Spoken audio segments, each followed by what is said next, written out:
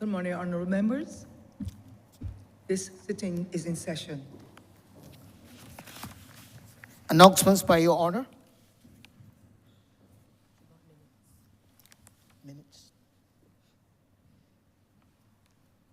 Defer.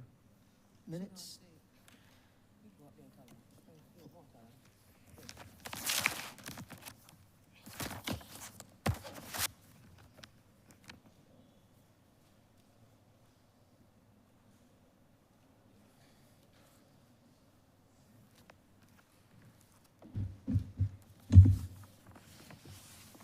Honourable members, the minutes of the meeting held on Tuesday, June the 3rd, 2025, to be deferred.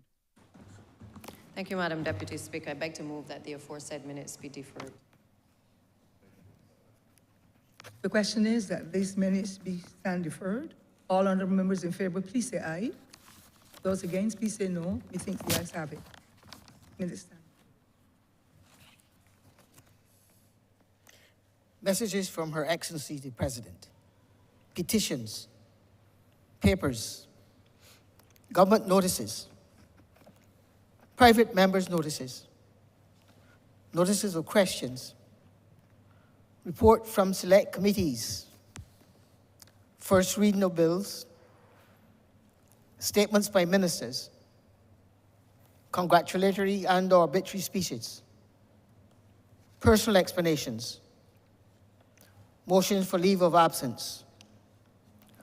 Oral replies to questions. Notice of motion for adjournment of the House on matters of urgent public importance. Orders of the day. Prime Minister. Madam Deputy Speaker, I beg to move the suspension of Standing Orders 6, 16, 18, 20, 42, subsection 5, 43, and 44 for the remainder of the day's sitting. The question is that under standing orders so recommended be suspended. All honourable members in favour, please say aye. Those against, please say no. Methinks the ayes have it. All standing orders are suspended.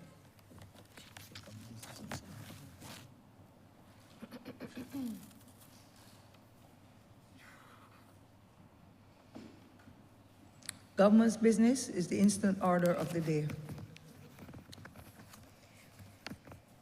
Madam Deputy Speaker, order number 9, in the name of the Honourable Minister of Housing and Lands, to move the passing of a resolution to approve in accordance with Section 5 of the Crown Lands Vesting and Disposal Act, Chapter 225, the vesting in the National Housing Corporation of a parcel of land, more particularly described in the schedule to the resolution, the property of the state situate at Coverley in the parish of Christchurch in this island for housing development. Our member for St. George, sir. Thank you, Madam Deputy Speaker. Madam Deputy Speaker, I beg your permission and indulgence to have order number 9 and 10 done in a cognate debate. The question is, all members in favor. The question is that order number 9 and 10 be taken as a cognate debate. All honourable members in favor, please say aye. Those against, please say no. Methinks the ayes have it. All member for St. Charles. Thank you, Madam Deputy Chair, and good morning to the Chamber. The resolution before the House, Madam Deputy Speaker, is the approval to vest a total of 18,245.6 square meters of land at Coverley in the National Housing Corporation for the development of some 33 residential lots. In addition, Madam Deputy Speaker, on that said area of land, we also have as resolution number 10, the lease of the site at Coverley Great House, which is adjoining that piece of land, and that amount is 7,922 square meters of land on 2 lots at the Coverley Christchurch facility to facilitate the establishment of a hospice and palliative care facility for the terminally ill. And Madam Deputy Speaker, let me begin with the latter. The leasing of the land at the Coverley Great House of 7,922.5 square meters of land on 2 lots to facilitate the establishment of a hospice and palliative care facility for the terminally ill. Madam Deputy Speaker in Chamber, the Barbados Association for Cancer Advocacy wrote to the government on February 2022, proposing the use of the property of the Coverley Great House and a lot for the construction of a hospice and palliative care facility for the terminally ill. Consequently, the Cabinet approved this request by the Barbados Association for Cancer Advocacy. Madam Deputy Speaker, while I will start with the palliative care facility and the leasing of the land to BACA, and I hereafter refer to the Barbados Association for Cancer Advocacy as BACA, it would be remiss of me not to give a brief history on the lands at Coverley. Coverley Plantation in Christchurch, Madam Deputy Speaker, first appeared back in 1938. But it is only in the year 1969 that the state acquired that estate, the holdings. The Crown has previously acquired 97 acres, 1 rood, and 37 purchased by conveyance back in 1969. And I won't go into what a rood and a purchase, but only to say that is one of the measurements of land utilized in the United States and the United Kingdom. We talk about square meters and we talk about acres in this country. We don't talk about purchase and roods anymore. Wood or rood? Wood. He said wood. And 1 perch, Madam Deputy Speaker, is 1/60th of an acre, which if you use decimals is 0.00625 acres. And likewise, the road, as the AG rightfully called it, is about the same thing, 0.23 of an acre. And back then in 1969, the state acquired the 97 acres, 1 road, and 37 purchased by conveyance, while the BADNC also acquired 11 acres. They had some 28.82 purchased by conveyance dated 1967. But, Madam Deputy Speaker, we have used this lands at Coverley over the years for the purposes of housing, primarily housing. And now we want to include the use of an institution, the Coverley Great House. But the Plantation House, the Coverley Great House, and the curtilage was previously leased to a Mrs. Eudine Ramsey, and she operated there as a wedding center known as Adolphus. And those of you who are of that age and vintage would know of that. I don't think the member for the city knows about the Adolphus, neither the member for St. Michael West. And since the death of Ms. Ramsey, the Plantation House, Madam Deputy Speaker, has fallen into disrepair. And it is by no means anything new, the fact that BACA wrote to the government back in 2022, requesting the use of this great house for a palliative care facility. But, Madam Deputy Speaker, back in the 2018 manifesto of this government, we recognize the need for palliative care or hospice. And we said back then, we indicated the intention to work with organizations such as BACA on health initiatives, including a hospice for palliative care. And back in 2019, the government endorsed the need for a residential hospice and committed to using the good office of the Ministry of Health and Wellness to advance the cause. The anticipated source of support, Madam Deputy Speaker, for this hospice and palliative care facility was to provide not only the lease of the property at Coverley to retrofit the facility, and let me state here clearly, Madam Deputy Speaker, that the facility cannot be retrofitted in its current state. In the current state, Madam Deputy Speaker, we have to literally knock down the facility and build from scratch. So this would be a new palliative care facility at Coverley. But let me carry on the anticipated support of the government. In addition to leasing the property, an annual subvention as provided to most or some NGOs in this country by government. So you will get an annual subvention to assist BACA, the provision of narcotics for patients in the hospice, and this is the Trinidad and Tobago model, where the provision of narcotics for patients in the hospice is provided by the government. Accessing pension payments from pensioners when they are admitted to the hospice, and the government will ensure that those pensions for old age persons indeed are utilized to assist with the care of the elderly, and also the provision of subsidies for care of the elderly to be paid to the hospice when patients are admitted for care, example as provided for nursing homes in this country. Madam Deputy Speaker, it is worth noting that the World Health Organization, I think back in 2002, recognized palliative care as a right. The World Health Organization recognized the need to treat palliative care as a right. And some persons, Madam Deputy Speaker, as I speak here, I don't think the average man, well, I shouldn't say that. What I should say, Madam Deputy Speaker, some persons in this country don't know what palliative care is. And it is worth mentioning or taking you through what palliative care is.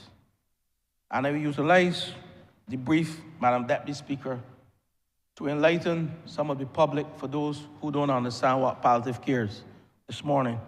And palliative care refers to relieving the symptoms of an incurable medical condition. Its focus is on easing stress and improving overall quality of life. Unlike hospice, Madam Deputy Speaker, which people often associate with end-of-life care, palliative care can benefit people of any age and at any stage of a serious illness. And indeed, Madam Deputy Speaker, palliative care is not only associated with cancer patients. We have a doctor in our house this morning, and indeed, persons who suffer from kidney diseases and other illnesses indeed can be treated at this facility. Madam Deputy Speaker, this program that will be instituted at Coverley, at this palliative care institution, is aimed to ease pain and help with other problems of illness. And those illnesses that might not be considered life-threatening, and I mentioned some kidney diseases, persons with NCDs and chronic NCDs. It also helps people live with the symptoms of long-running causes, such as HIV and AIDS. So you will have a palliative care facility that will not only treat with cancer and kidney diseases, but also treat with persons living with HIV and AIDS or with the side effects of treatments. Is palliative care end of life? No. Palliative care is available when you first learn, Madam Deputy Speaker, if you have a lifelong limiting illness, and you might be able to receive palliative care while you are still receiving other therapies, Madam Deputy Speaker, to treat the condition of palliative care. Having said that, end-of-life care is a form of palliative care you receive when you're close to the end of life. there are three types of palliative care, Madam Deputy Speaker, namely the physical aspect of it, then there's the pain and the symptom aspect, and then there's the, what I call the more fundamental aspect of it, which is the psychological aspect, providing the emotional support to patients, and also the spiritual aspect, knowing and acknowledging the beliefs and the values that give life meaning. So, Madam Deputy Speaker, this facility should be supported by all. There should be no political divide on this palliative care facility, because we know that sickness cuts across political parties. Persons, not only from political parties, but human beings, Madam Deputy Speaker, suffer these illnesses that must be treated. And as a caring government, we recognize the need to provide the support for BACA. And indeed, when you look at the statistics on the world stage, and I will read just a few for you.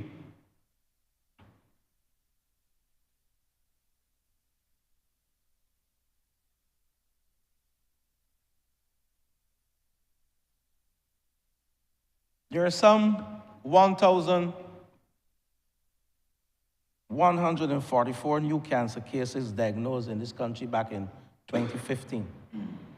And they include prostate, breast, corpus luteal, and stomach being the most common types. Cancer-related mortality, Madam Deputy Speaker, accounted for some 523 deaths back in 2015, with prostate, breast, stomach, and lung cancers accounting for most of the deaths. And Madam Deputy Speaker, it is predicted that in the year 2035, there will be some 1,657 new cancer cases, of which 858 cancer-related deaths are predicted. Madam Deputy Speaker, we can stand here this morning and approve and debate the lease of this parcel of land in Great House Tobacco, but there is a greater need to entrench palliative care within communities in this country, and not just at Coverley Great House. We know several cancer prevention policies have been implemented in this country with regard to smoking. All public places are completely smoke-free. And we know tobacco products are indeed taxed at high rate of some 49%. So this government is indeed doing its effort best to ensure that we address, even if we can't cure 100%, but we create policies and implement policies that will allow the average man to understand that cancer is indeed nothing to play with. I have had to endure a family member, caring for them, visiting them, who indeed died as a result of cancer. That person was a smoker, very close to me, an uncle. And these are some of the things that I've told myself, that you will never see me with a cigarette in my mouth. And anytime you see me with a cigarette in my mouth, Madam Deputy Speaker, you will know that I have to be tanto loco and to take me to the right place for treatment. Because I believe that the need to live a healthy lifestyle is associated with what we do on a daily basis. We don't only come to Parliament, Madam Deputy Speaker, to speak on bills as it relates to legislation on infrastructure, as it relates to legislation on crime, as it relates to legislation on tourism or education. We have to lead by example as a government, as a parliament, in addressing legislation and policies that treat with health care. I can say without a shadow of a doubt, Madam Deputy Speaker, that the other members in this chamber, minister within the Ministry of Health, would have his say, and probably he would be more attuned to what is in tune to what is happening within this sector, within the Ministry of Health and Wellness.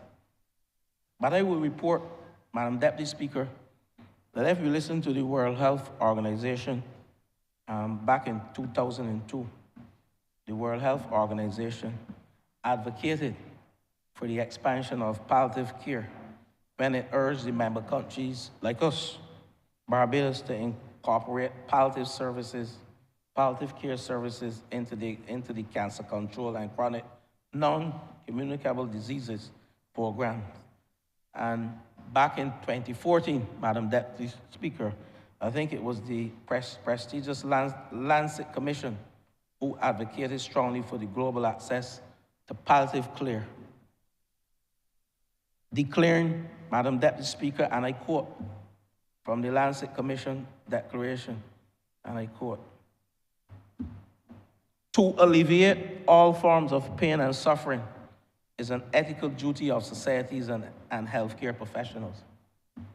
So we have an ethical duty to treat him with palliative care, as declared in by the Lancet Commission, as declared by the World Health Organization, and as embraced by the Barbados Association for Cancer Advocacy. And indeed, I see some of the members of the board sitting here, and I know it is indeed welcoming for them this morning to see us stand and debate such a lease on behalf of the facility that they so dearly represent. Madam Deputy Speaker, let me go further, because there was a recommendation made by BARNOC, and that is Barbados Palliative Care Needs Assessment Project Report of 2012, which was commissioned by the Ministry of Health, and the work was done by a palliative care expert, and they know who that person is a Dr. Natalie Graves. I shouldn't call her name, but I think it is worth calling so that it can go on record that Dr. Natalie Graves did some wonderful work, Madam Deputy Speaker, commissioned by the Ministry of Health back in 2012 under the last government. So indeed, you see that there's no political divide as it relates to palliative care. And part of the work done by her and some of the recommendations made were to expand community palliative care through the public health and NGO sectors. In addition, the establishment of a standalone palliative and hospice care facility to supplement and expand community palliative care at the tertiary level. That is what we are here debating this morning. And the report also suggested that a public-private collaboration could be considered to achieve this very worthy goal of a hospice to help terminally ill to transition with dignity. And Madam Deputy Speaker, these are some of the factors, or these are some of the recommendations that came out of that report.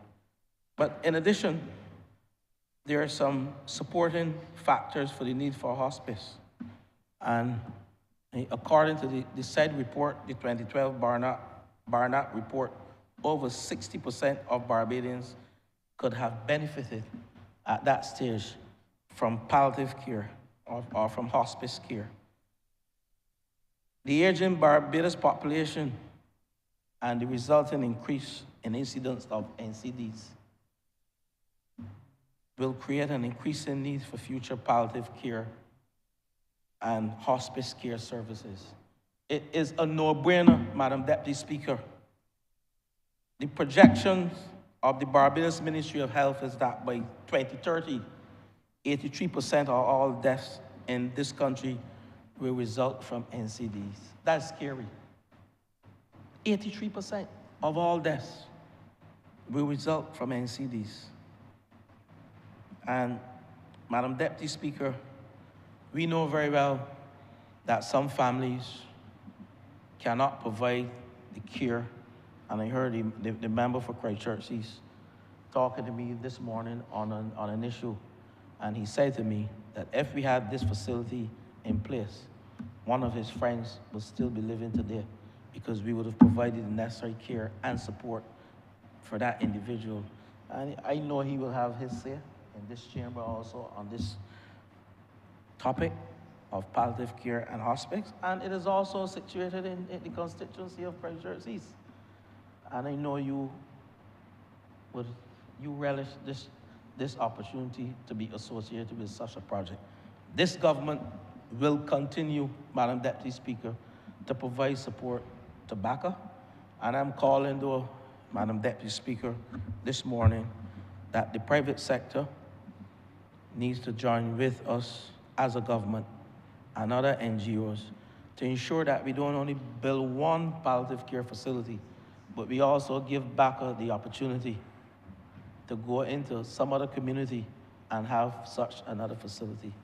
Because I am, of course, passionate about what I see here this morning, and I believe that we can prolong lives of individuals, especially persons coming from the lower economic strata in this society. They don't have the wherewithal. They don't have the cash. They don't even have the support to provide the care, the social and emotional support that is needed. And we need trained personnel to provide this care, spiritual support, and emotional support. Don't underestimate the value of emotional and spiritual support as it relates to palliative care in this country and as it relates to kidney diseases and other NCDs.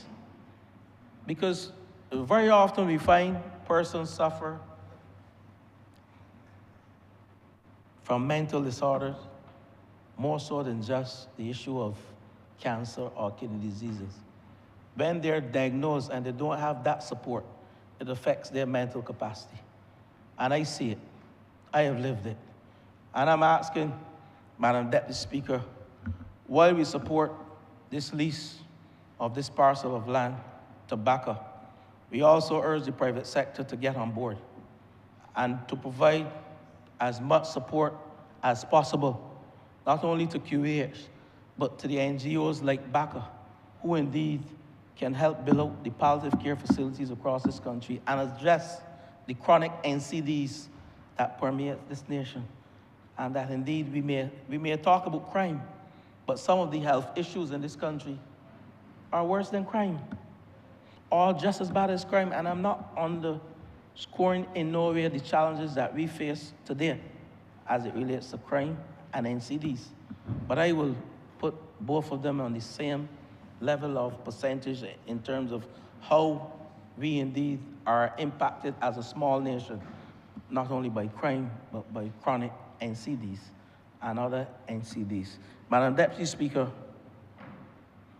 while I will give the other members the opportunity to speak on this matter of BACA and the lease of this land, permit me now to go to the other aspect of the resolution, which is number 9, the vesting of some 18,245.6 square meters in the National Housing Corporation to build 33 units. And Madam Deputy Speaker,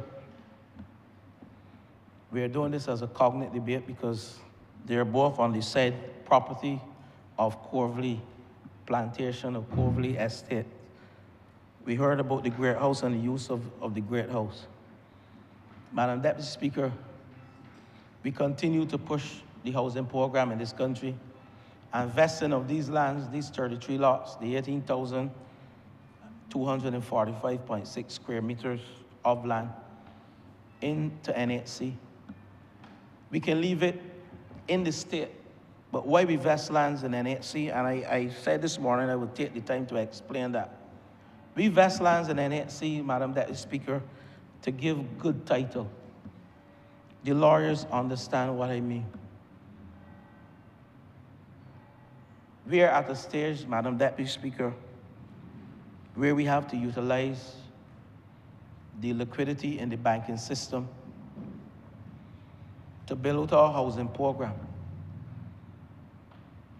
Years ago, successive governments focused on utilizing government's funding, from the Consolidated Fund, and indeed from the Housing Credit Fund, and some funding that was allocated through the National Housing Corporation for the purpose of building capacity, housing capacity in this country.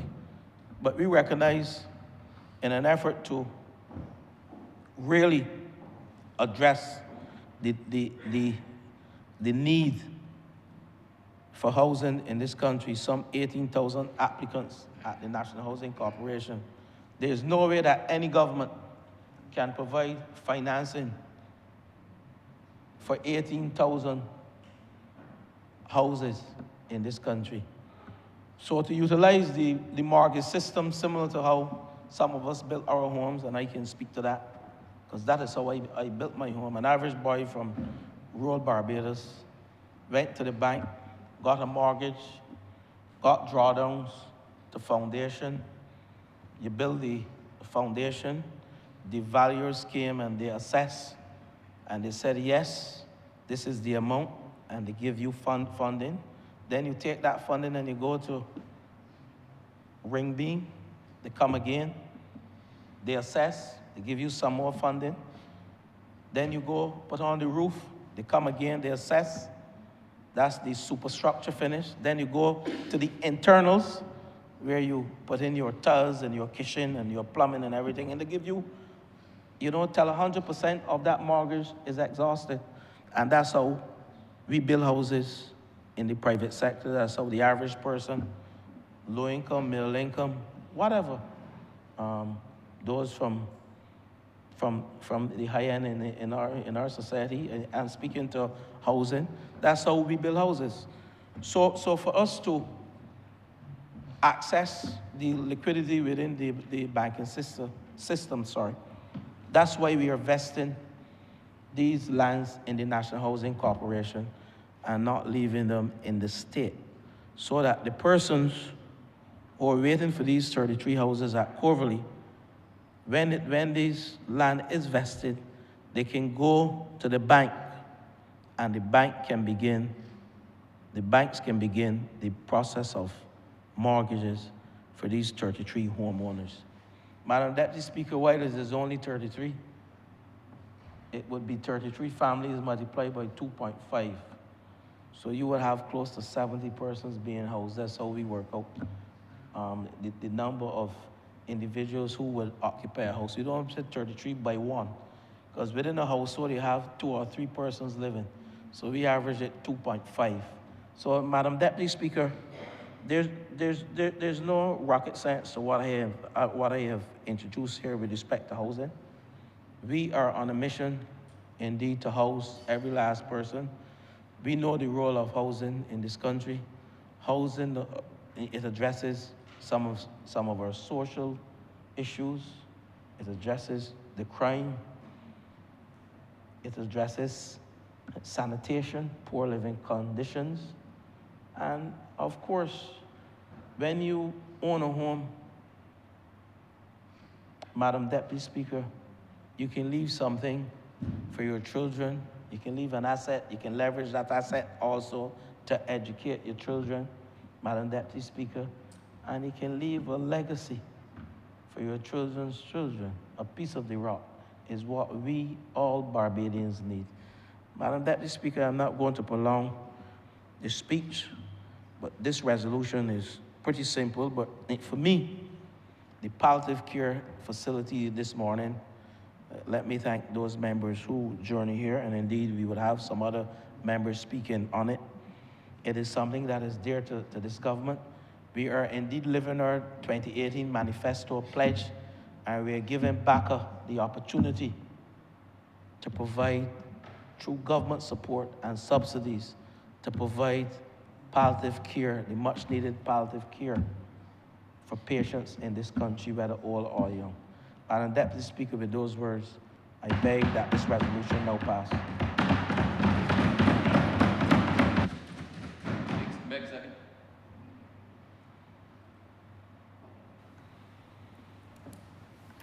Thank you. Honourable member first. Vice yourself and Leader of the Opposition. Thank you. Your Honor.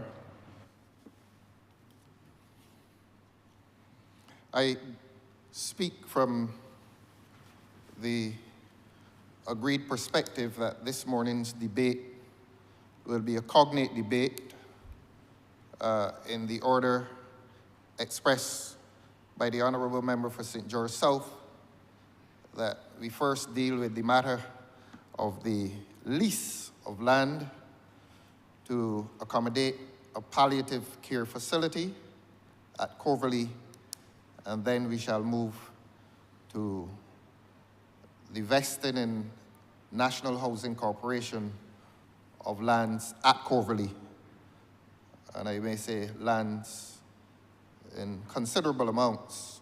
18,000 square meters is quite a lot of land. But let us come to the issue of the care facility. And the public must not ever believe that when a parliament brings these things to this forum, that any favor is being done to the public. Under the Crown Lands Vesting and Disposal Act, the Parliament is mandated to bring these matters here. And indeed, it says Section 5, the original Section 5, would have said that sale or leasing must not be done unless with the approval of Parliament. And Parliament, as you know, Your Honor, as we do now, is a public place. It concerns itself with public debate, and that public debate constitutes public disclosure, so that the government is mandated by statute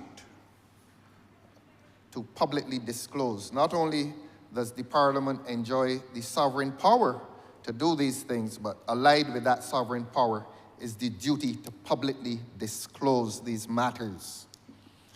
Now, as to the palliative care facility, the Honourable Member for St. George South apprehends that there is no partisan divide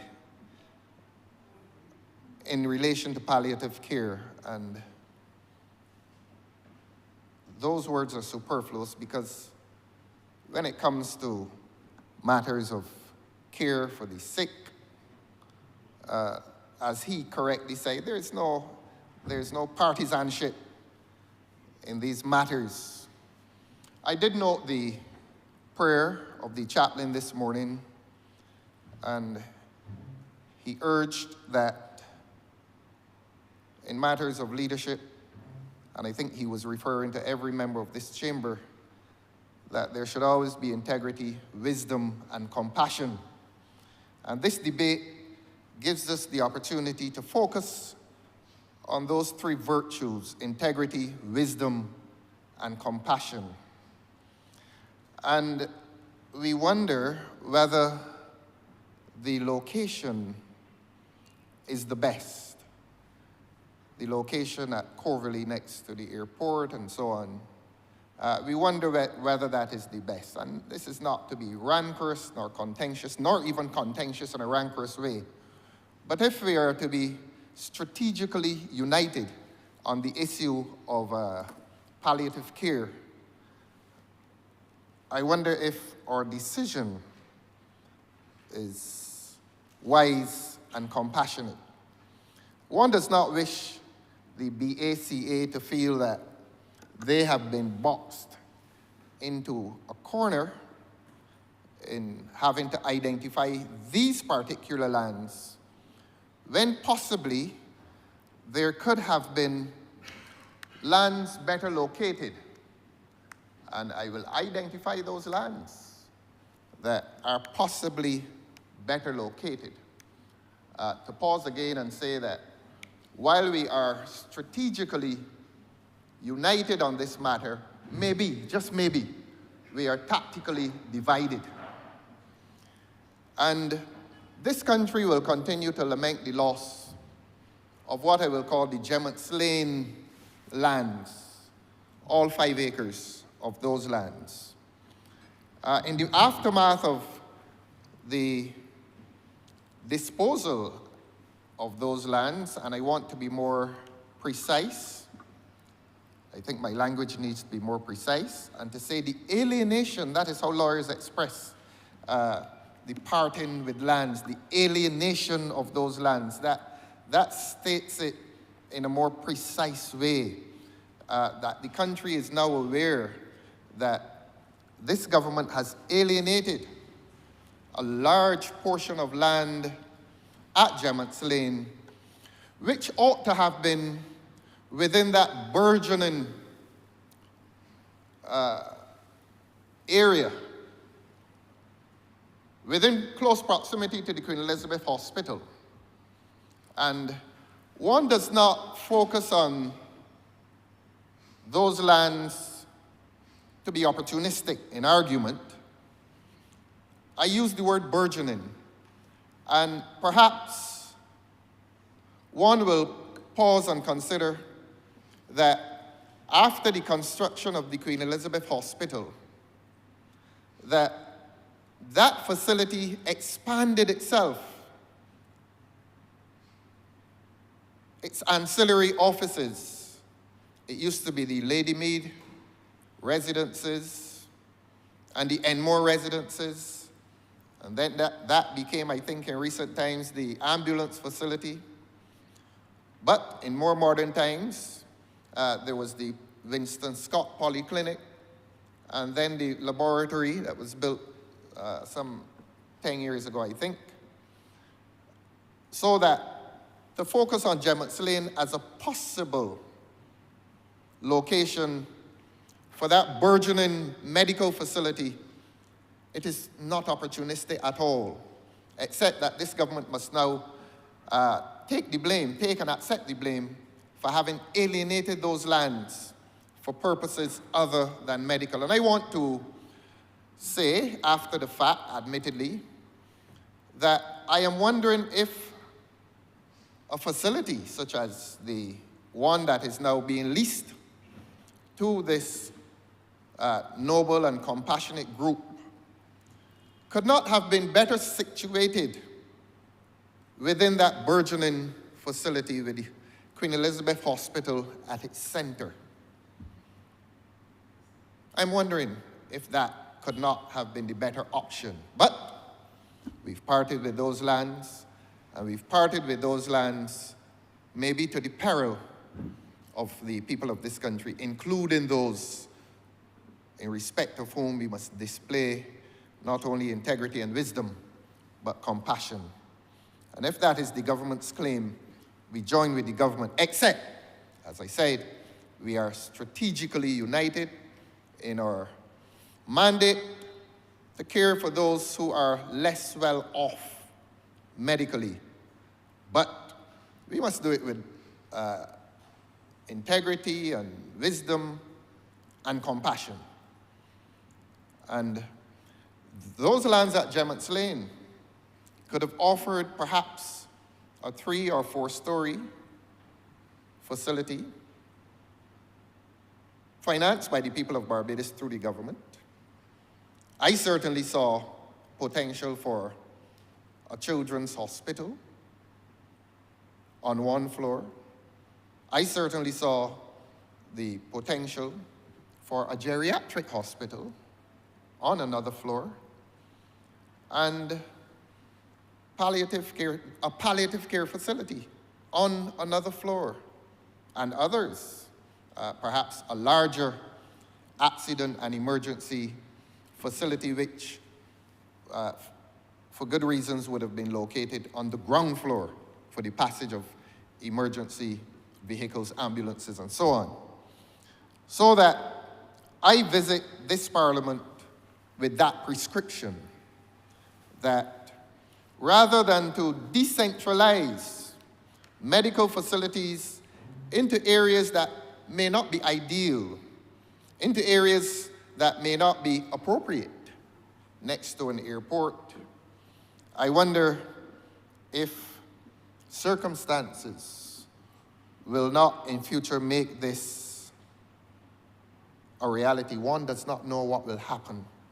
One does not know what will happen. So that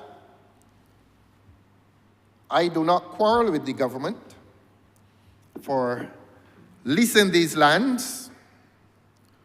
That is to be supported. One does not quarrel with the government for embracing this organization. That is to be supported. And as I've said, we become strategically united, but tactically divided. One wonders about the dimensions of the facility. Is there going to be an expansion? Who will assist with that expansion? Will it be government? Obviously, there will be need for renovation. Will this association be left to its own financial devices, or will the government assist the association? Illness is public business, and everyone who is ill becomes a part of public business if we will ever claim that we are compassionate, as the chaplain prayed for this morning. So that is our position in relation to the palliative care facility. We regret that it could not have been better located, and we regret that it could not have been more generously accommodated. While the lease is noble, I think the lease is also lacking in generosity. And one is entitled to make that criticism. But I have asked the question, who will bear the cost, whether it is the association, whether the association will receive a generous government subvention, except that I add, the government could have been far more generous in accommodating this facility within a modern complex close to the central facility of the Queen Elizabeth Hospital, and indeed closer to its own central facility within what people in Barbados are now envisioning, and it is not overambitious, are now envisioning as a twin to the Queen Elizabeth Hospital, which would have expanded that centralized medical facility on both sides, on all four sides indeed, of that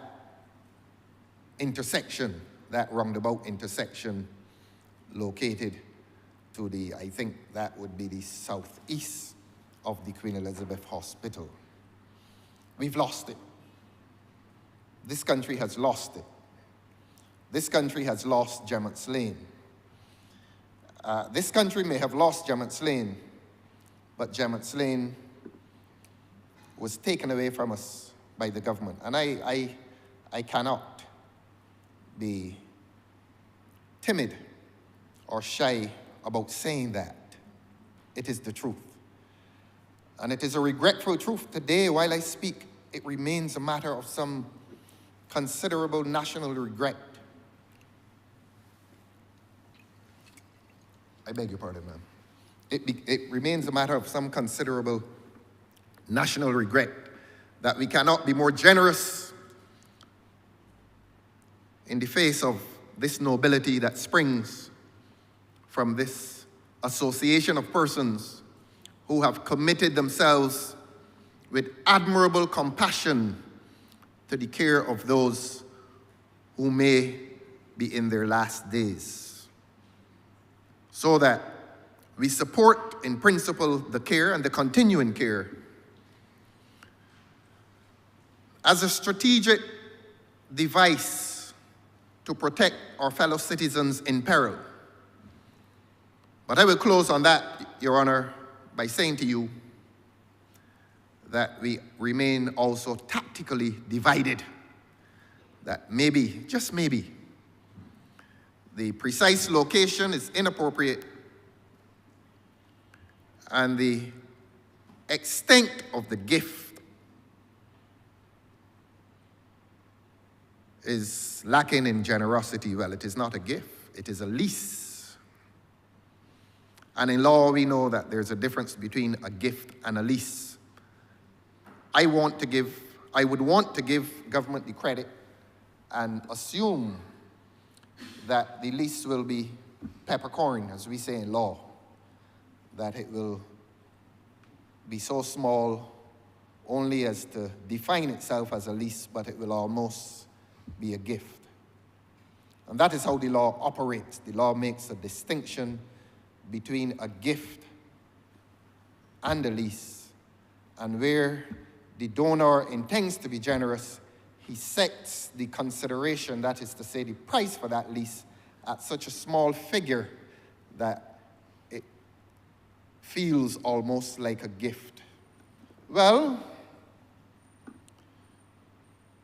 the country may now, on that point, be concerned again that while the arrangement with the association is a lease, in which the continuing commercial relationship between the state and the association, BACA, will continue to be one of commerce, the government still must answer the question of the public. If you're giving the association a lease, or rather, if you're entering into an arrangement with the association that is commercial, that is a lease, why not? Why did you not, as a government, consider a similar arrangement with the entity that plants itself now with a large groundbreaking and opening ceremony as the beneficiary of a gift, not a lease, a gift? And these are questions, I know the government hates criticism, but sometimes you have to face it. And you have to face a public that will now ask, why does this noble body sit in the position of a lessee? That's a legal term, a lessee, the beneficiary of a commercial arrangement called a lease. And another organization, which presumably sits on millions of dollars, US dollars, and dollars of all currencies, why would they be the beneficiary of a gift? There maybe is something rotten in the state of Denmark.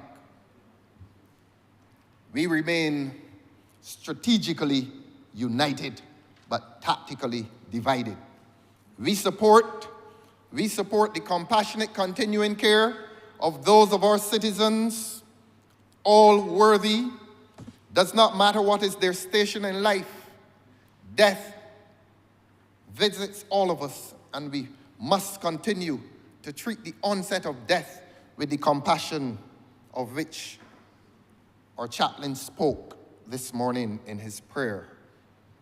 That is a continuing concern of this opposition, that the government continues to allocate its resources without rational dispensation. There is something irrational in the allocation of these public resources, and there is no public resource that exceeds the value of land. We are only 166 square miles, I believe.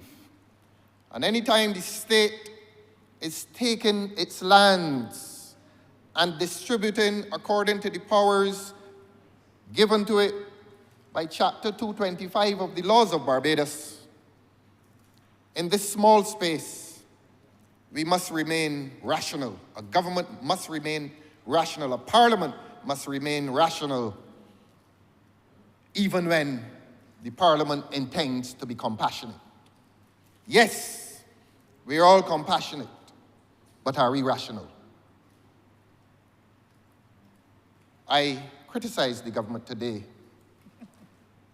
not for a lack of compassion, but for a lack of rational conduct in relation to the allocation of the precious resource called land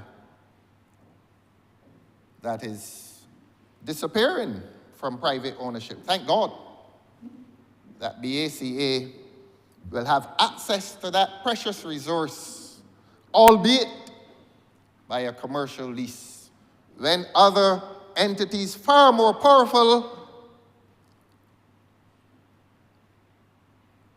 are granted by way of gift. Something is wrong. Something remains rotten in the state of Denmark. Please permit me, Your Honor, to express that opinion to which I'm entitled. It is a cognate debate, and I will not expend a lot of your time today, ma'am. As the Honourable Member for St. George South sequentially dealt with the debate, I will now come and take his lead and move on to housing. Now, it is cognate, but it does not mean that one may not compare. The palliative care facility is granted by way of lease. The National Housing Corporation receives a vesting. There's no sin there. If one is to be consistent, I've always argued in here that housing, the National Housing Corporation, has been the custodian of the property and housing rights of people in this country. That had been the noble objective of the National Housing Corporation when it was established many, many years ago, before the birth of any of us in this chamber. The National Housing Corporation brought salvation to people in this country who would not have had a roof, whether by way of lease or by way of purchase. And I hope, it is my sincere hope, that the National Housing Corporation will never be consigned to palliative care. That this housing, this National Housing Corporation, will never be suffocated by any policy of the government. And that was a concern I expressed when the other project emerged. When the other project emerged, and that other project was given lands adjacent to lands given to the National Housing Corporation. You're aware, ma'am, that I speak of hope. And I said then, and I continue to say it because I'm consistent. The chaplain this morning called for integrity as a virtue to be embraced by those of us who find ourselves in these positions, all 30 of us. And integrity is not what it is unless it is marked by consistency, consistency of principled thought, consistency of principled action. The question will remain, though, why had it been a vesting of lands, a part to Hope and a part to National Housing Corporation? I felt then, and I still do now, that housing, that any vesting of lands in this country made to any entity for the purpose of public housing or for the public purpose of housing Barbadians must be given to the National Housing Corporation and not to any other corporation, whether it is Hope or Despair. I say again, ma'am, that the National Housing Corporation has been the salvation in this country in terms of housing. It has been a noble project, and it has been a project that was brought to suffocation by events of the last few years. I will not abandon that position. I will not abandon that position. You would expect me, Your Honor, to call the names of the several conurbations across this country that were identified by a progressive government and constructed by a very efficient National Housing Corporation. You expect that sentimentally I would begin with Grisettes and speak of Pinelands and Christchurch West Central would speak of Gall Hill and Silver Hill. And St. Michael Northwest will speak of Deacons. And there are parts of St. Philip. And there's even a small one in St. Andrew. And there's a small one in what we used to call Bayland, now called Bayville. That is the noble record of this National Housing Corporation. It cannot be understated in this country. This country in which people physically remove themselves from the shadow of the plantation and the shadow of the merchant and receive dignified existence under the protection of the National Housing Corporation. That has been the history of housing in this country. That has been the modern history of housing in this country. And I say again, let not the National Housing Corporation be ever consigned to palliative care. This National Housing Corporation must regain its strength, it must regain its breath, and it must regain its mandate. The mandate to house those who are unable to house themselves at small rents. And I heard the Honourable Member for St. George South speak this morning as to the precise nature of this arrangement. I was concerned about that. And when the Honourable Member for St. George South said early in his speech, 33 units, I was wondering what would have been the precise nature of the settlement. And the Honourable Member later explained that there would be 33 lots and that the beneficiaries of those conveyances would go to the bank and that they would build their own houses. Obviously, there would be covenants and restrictions, and the quality of house would be controlled by the town planner, the chief town planner. I think they call him a different name these days, but we know to whom we refer. And I observed that with some curiosity.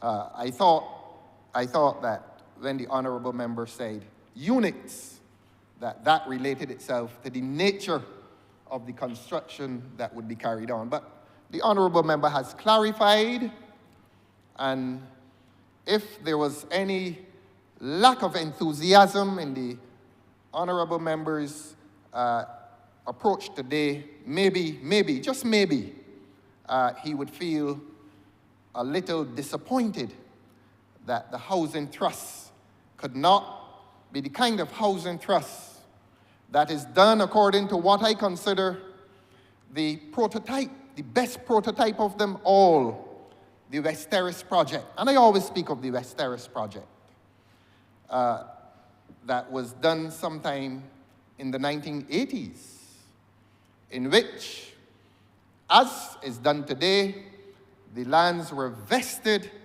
in the National Housing Corporation, but those beneficiaries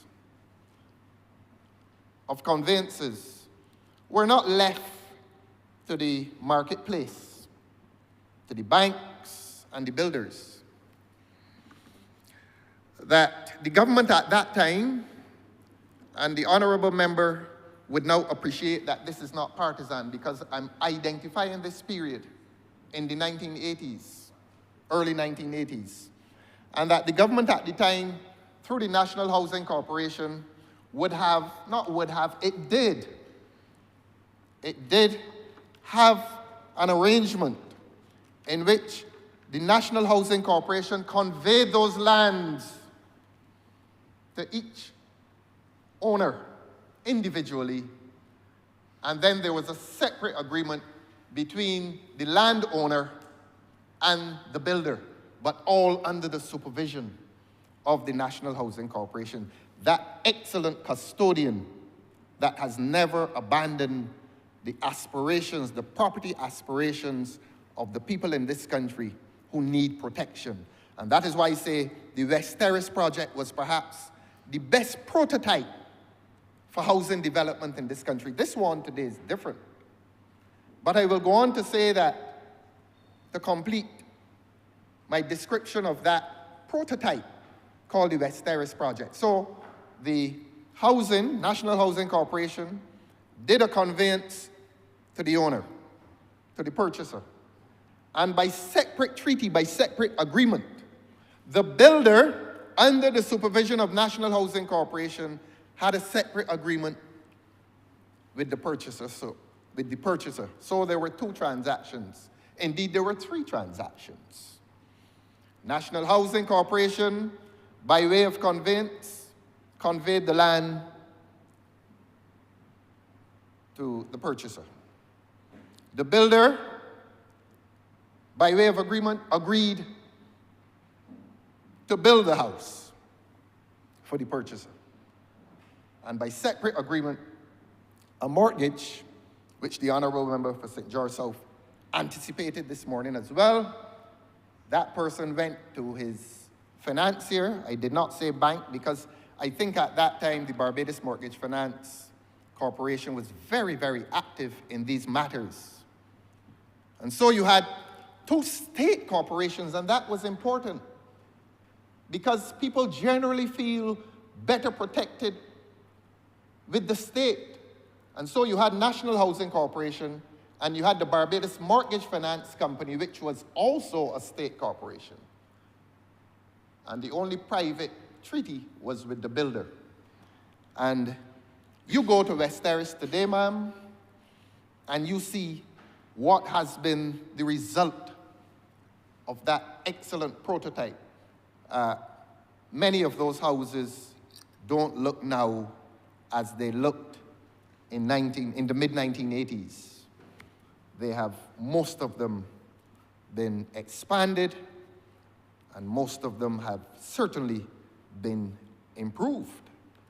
And I would think that now, those original mortgages in the modest sums, it didn't seem modest then, but if my memory serves me correctly, I think in the 80s, they may have been paying, I don't wish to be wrong on this, I think it could have been around $600 a month, I'm not too sure.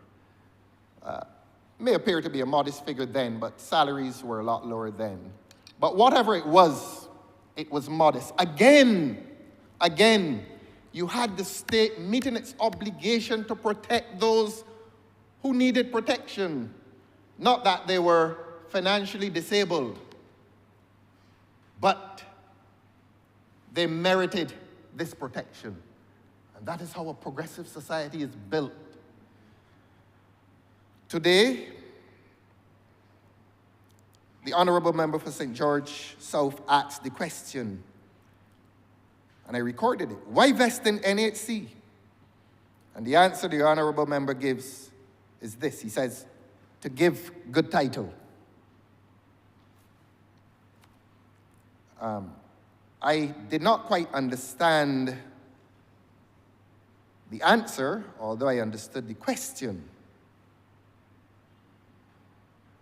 But I agree that the vesting is best done in NHC, and I want to urge the Honourable Member for St. George South, and I know that this is not an individual decision, I want to urge the government of this country to continue to use the NHC in these transactions, to abandon other enterprises that have crept into this market. And I'm not going to, for the 100th time, speak of the disaster of Hope. I'm not. Everybody in this country knows about that by now. So let us not burden nor bore the country with that sordid tale again. But let us ask this government,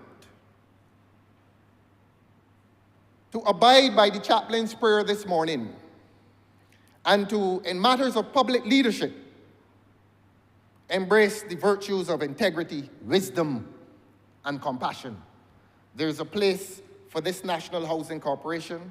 I expressed the view last year that it was apparently to be suffocated by this government. That is a criticism that I make without apology.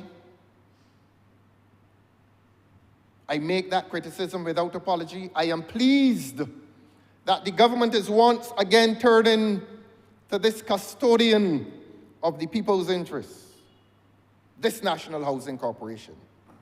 But today I ask the question, has government withdrawn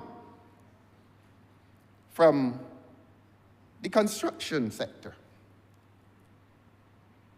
Government used to be involved indirectly, as I said, in the prototype of West Terrace. In this one, I get a sense that government is not directly and certainly not indirectly involved. I listened to the Honourable Member very carefully, and it seems that when these 33 conveyances are done, the government also, in terms of its activity in relation to Coverley, is done. And if the words of the Honourable Member for St. George South are to mean anything, they can go to their banks, they can go to their finance institutions and ensure that they can attract the wherewithal to construct every one of those 33 units.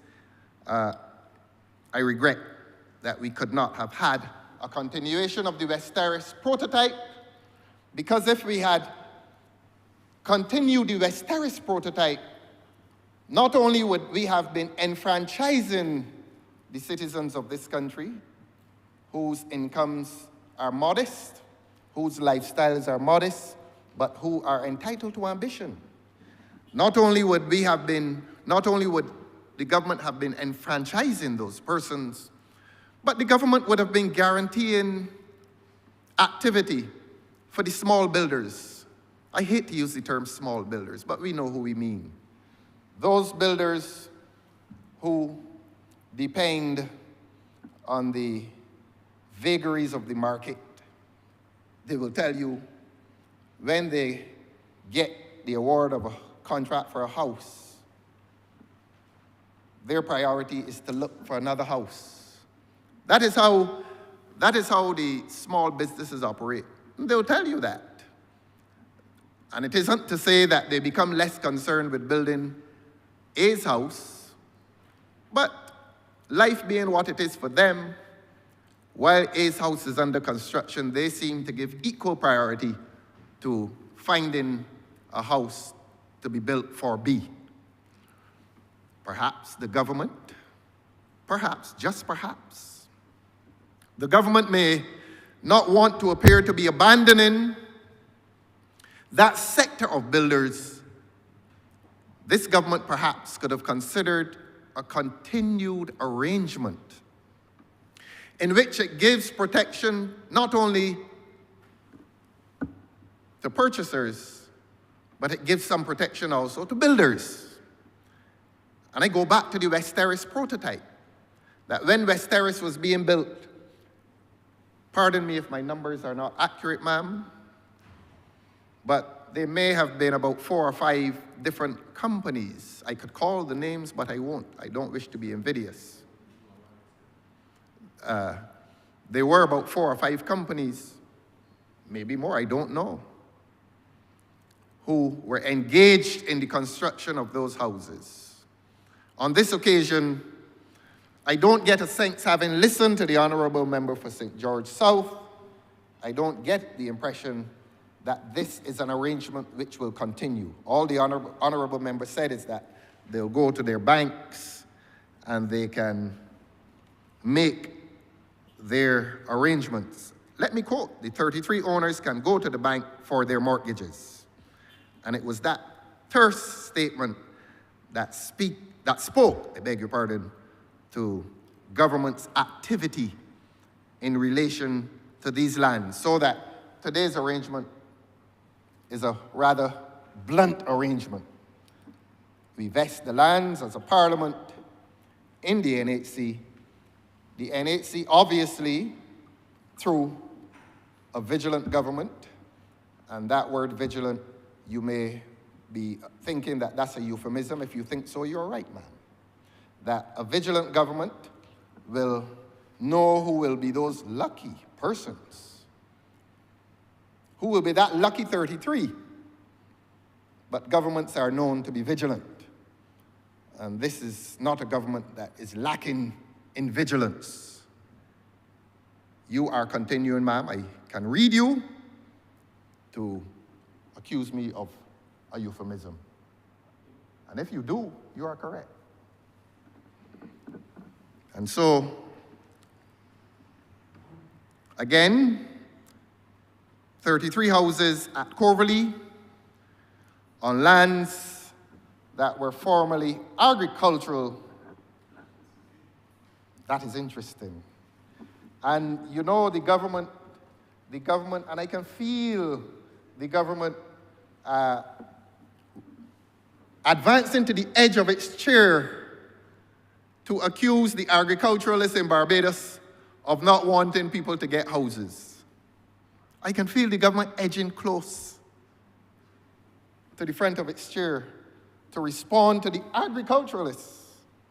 And mine must be a voice in defense of the interests, not only of those who require housing, but mine must be a voice in defense of those who believe that there is a rational treatment of the issue of housing and agriculture.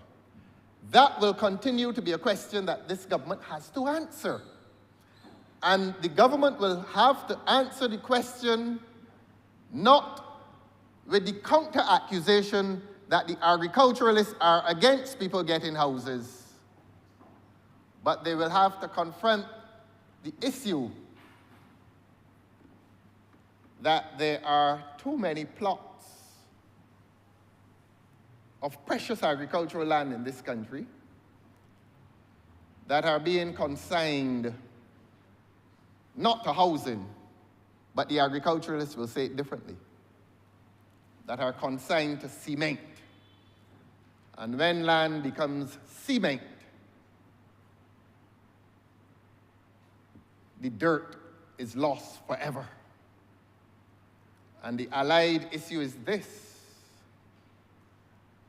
that if we claim as a country that we're spending too much foreign exchange, even on our food, if we claim to be a country that is concerned about our food security, we must balance these interests.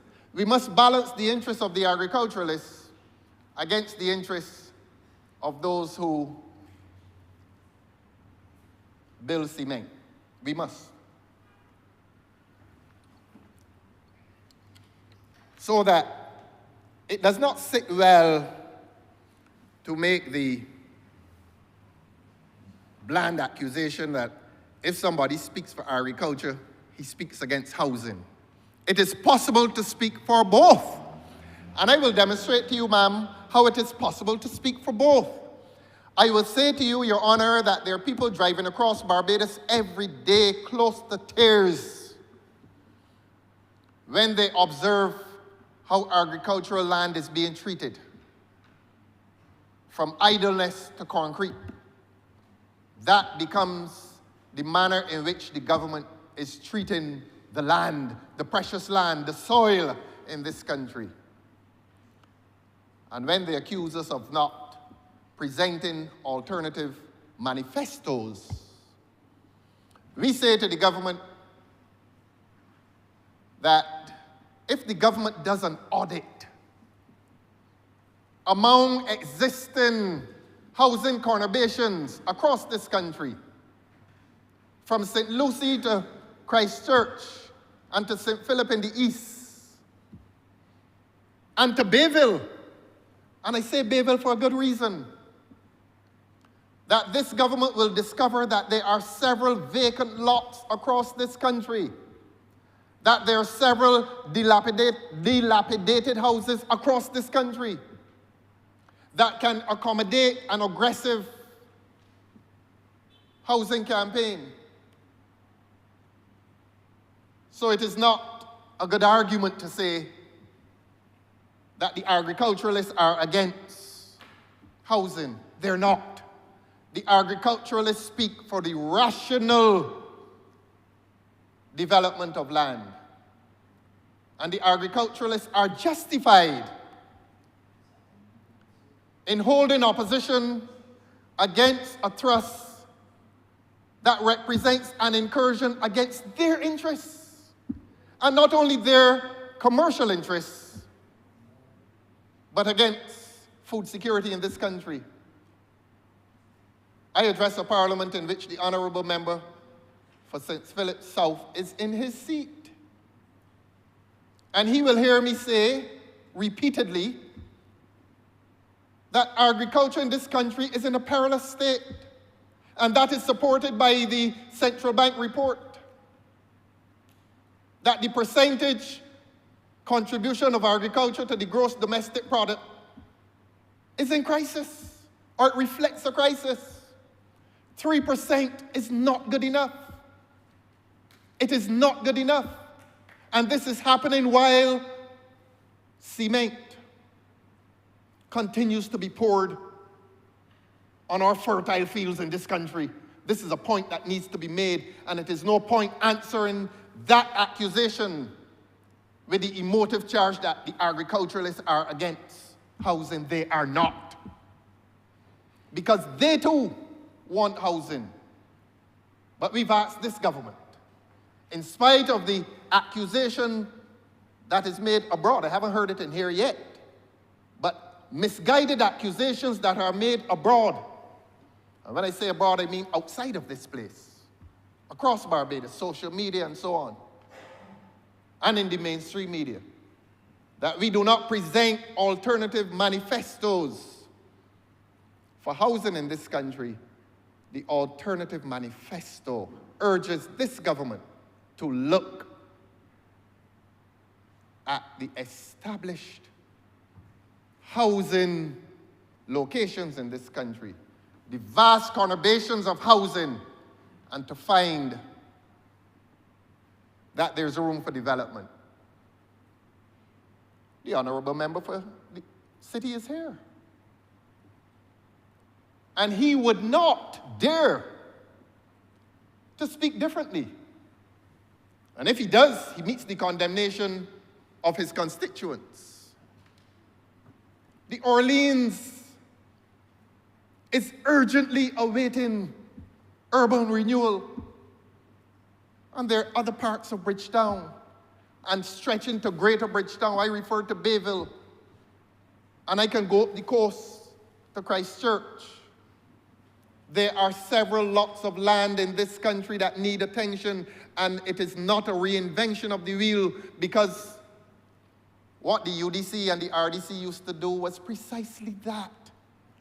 The UDC and the RDC went into the local communities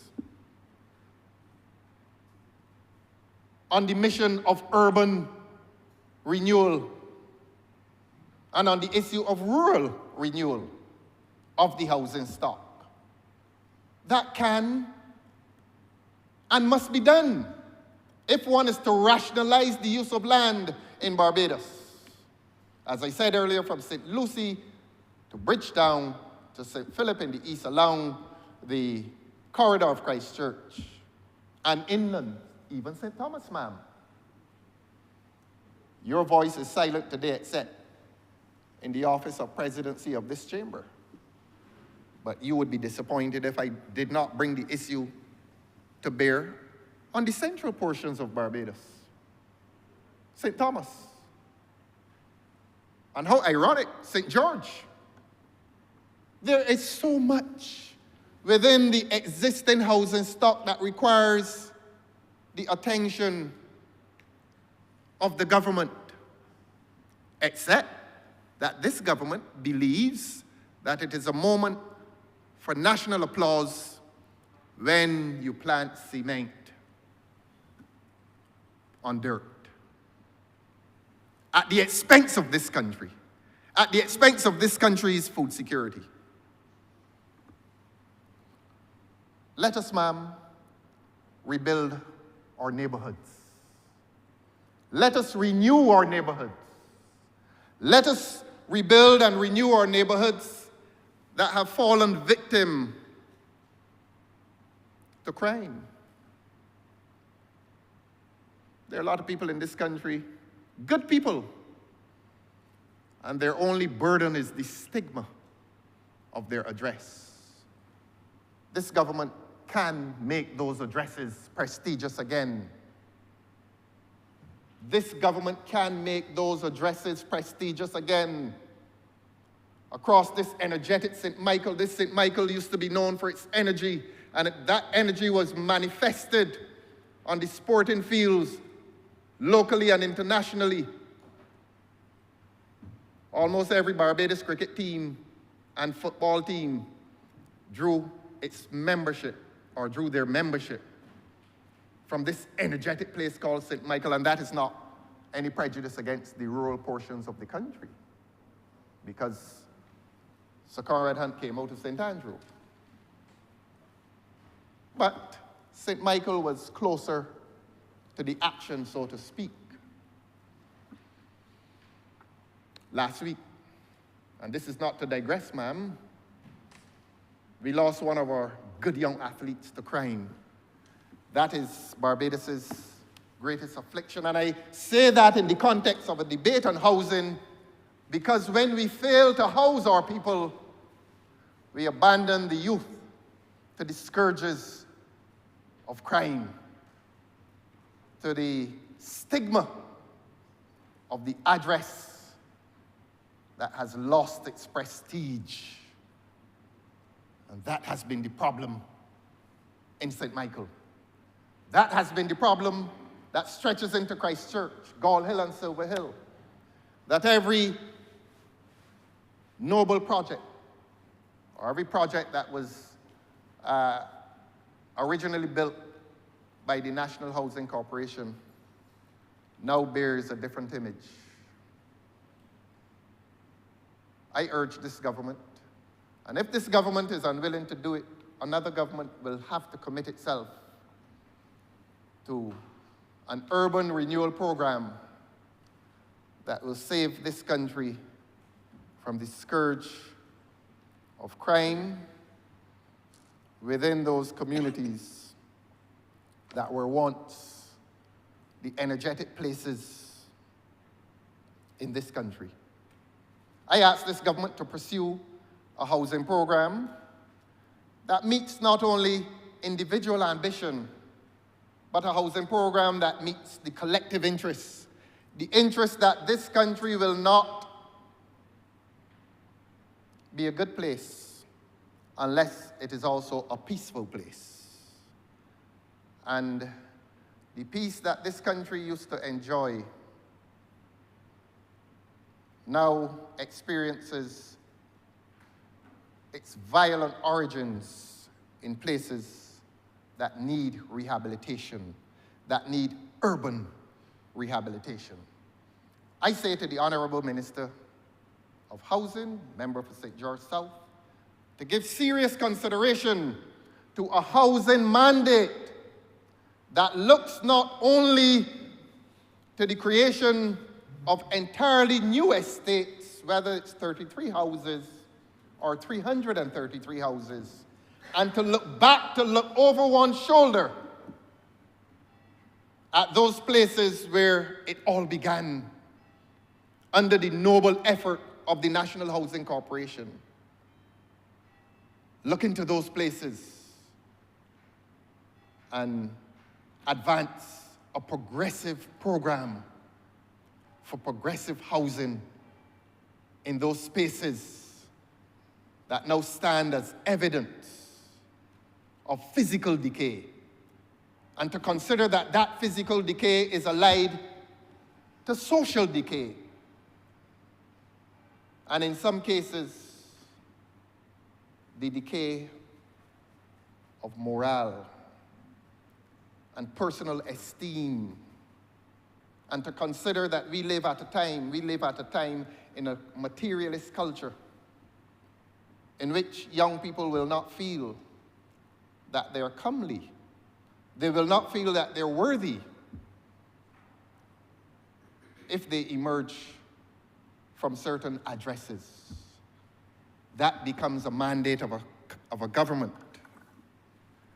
That, in the words of the chaplain this morning, will embrace the virtues of integrity, wisdom, and compassion. Your Honor, I'm obliged to you. Honourable Member for Christchurch East. Madam Deputy Speaker, I rise to lend my support to this resolution. I had come here with my heart full of joy, in as much as one can have joy while reflecting on palliative care and the provision of hospices. But I came here feeling good that we were doing something good for people who needed it most. I heard my learned friend from St. George South introduce the resolution, and he spoke exceedingly well on it.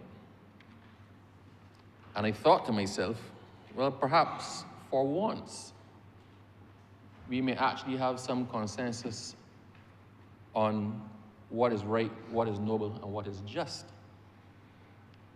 But I underestimated the capacity of the Honourable Leader of the Opposition to create a funeral from a christening. I wish, ma'am, before I get into what it is I have to say, to just address some of his concerns, because based on recent trends, I need to try to answer his concerns quickly while he's in a position to benefit from hearing them. Madam Deputy Speaker, the first issue that was raised by the Honourable Leader of the Opposition was the issue of location. Why there? Why in such close proximity to the airport? I don't know if the Honourable Leader of the Opposition has confined his movements in Christchurch to Christchurch South, but obviously he does not get up as far as Coverley. Where the facility is to be located, Madam Deputy Speaker, while you can see the airport, you can't properly hear the airport. The noise coming from the airport blows to the east. That is to the north of the airport.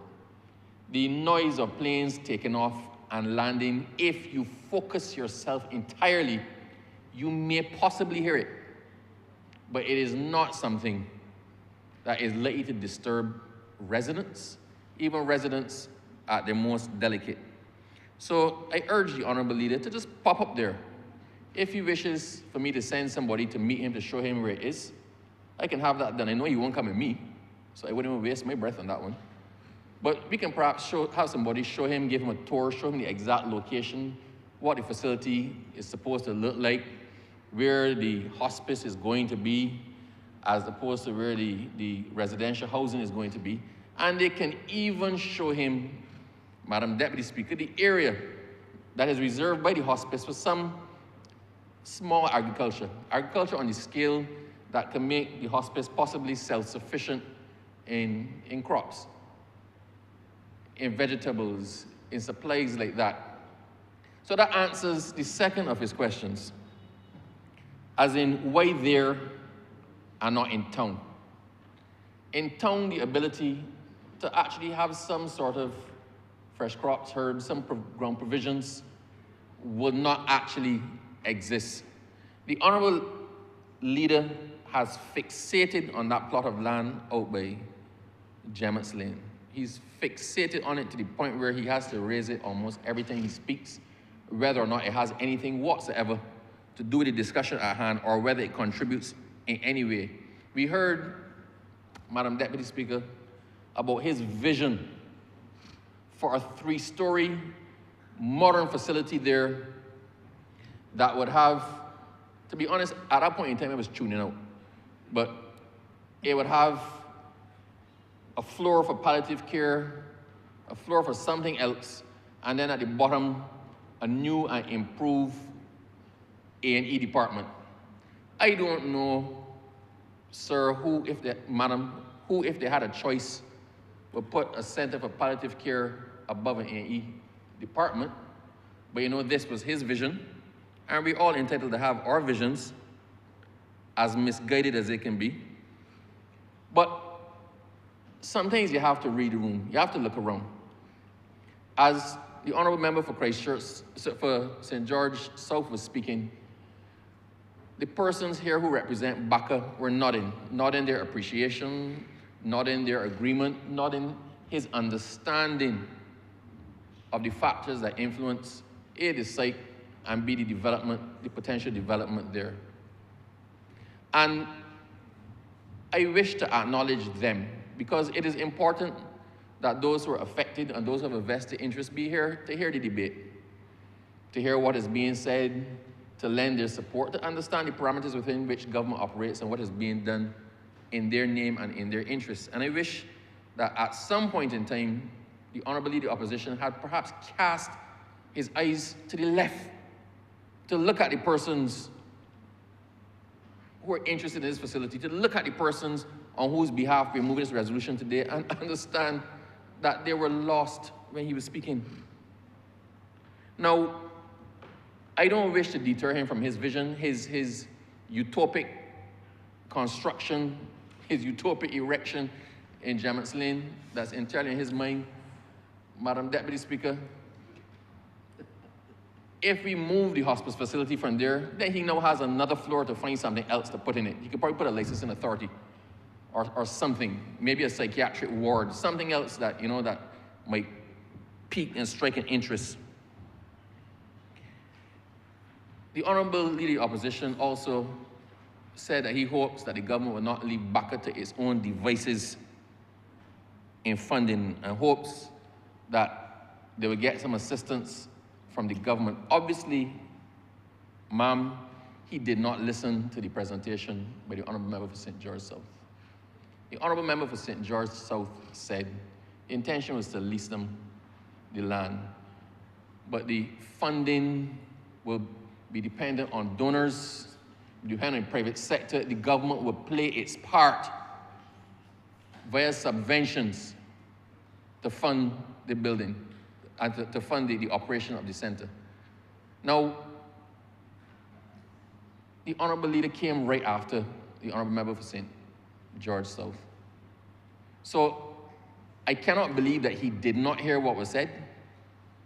Maybe he wasn't listening, at which point that points to the danger of trying to debate something while actually not listening to the person who spoke, because you're not debating, you're not responding. You came with an agenda and determined, come hell or high water, to subject us to your vitriol.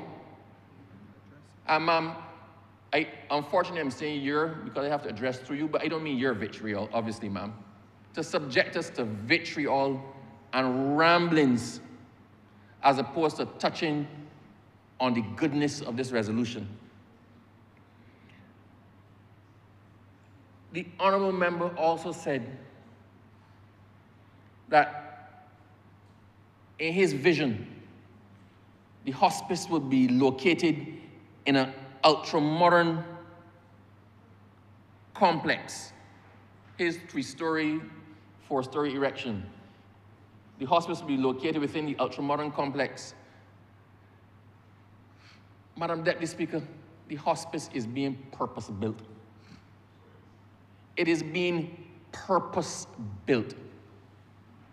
The land is going to be given, the facility is going to be given. What is there is going to be demolished, and the hospice will get the chance to construct its facility according to the best practices, the best designs, to make it suit for their purpose with their direct intervention.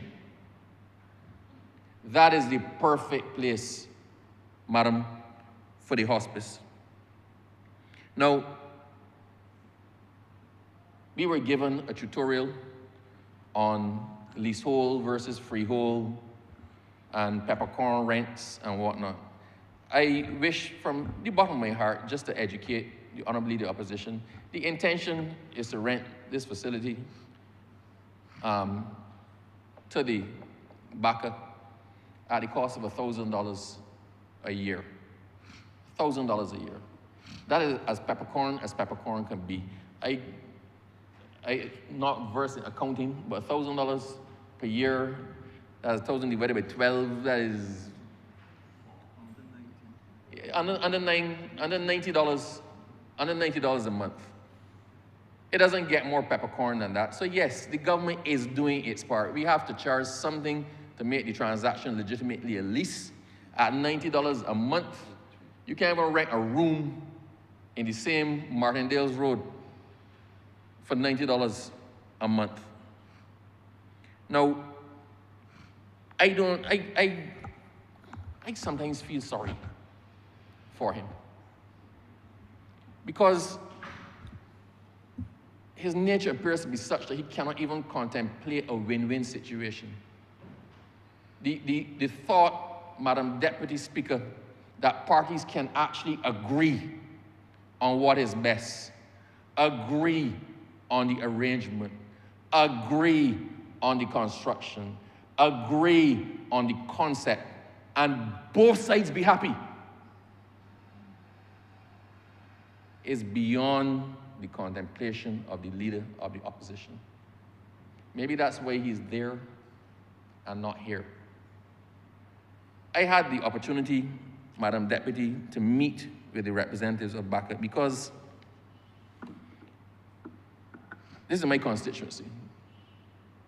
The constructions of my constituency, the benefits are going to be my constituency.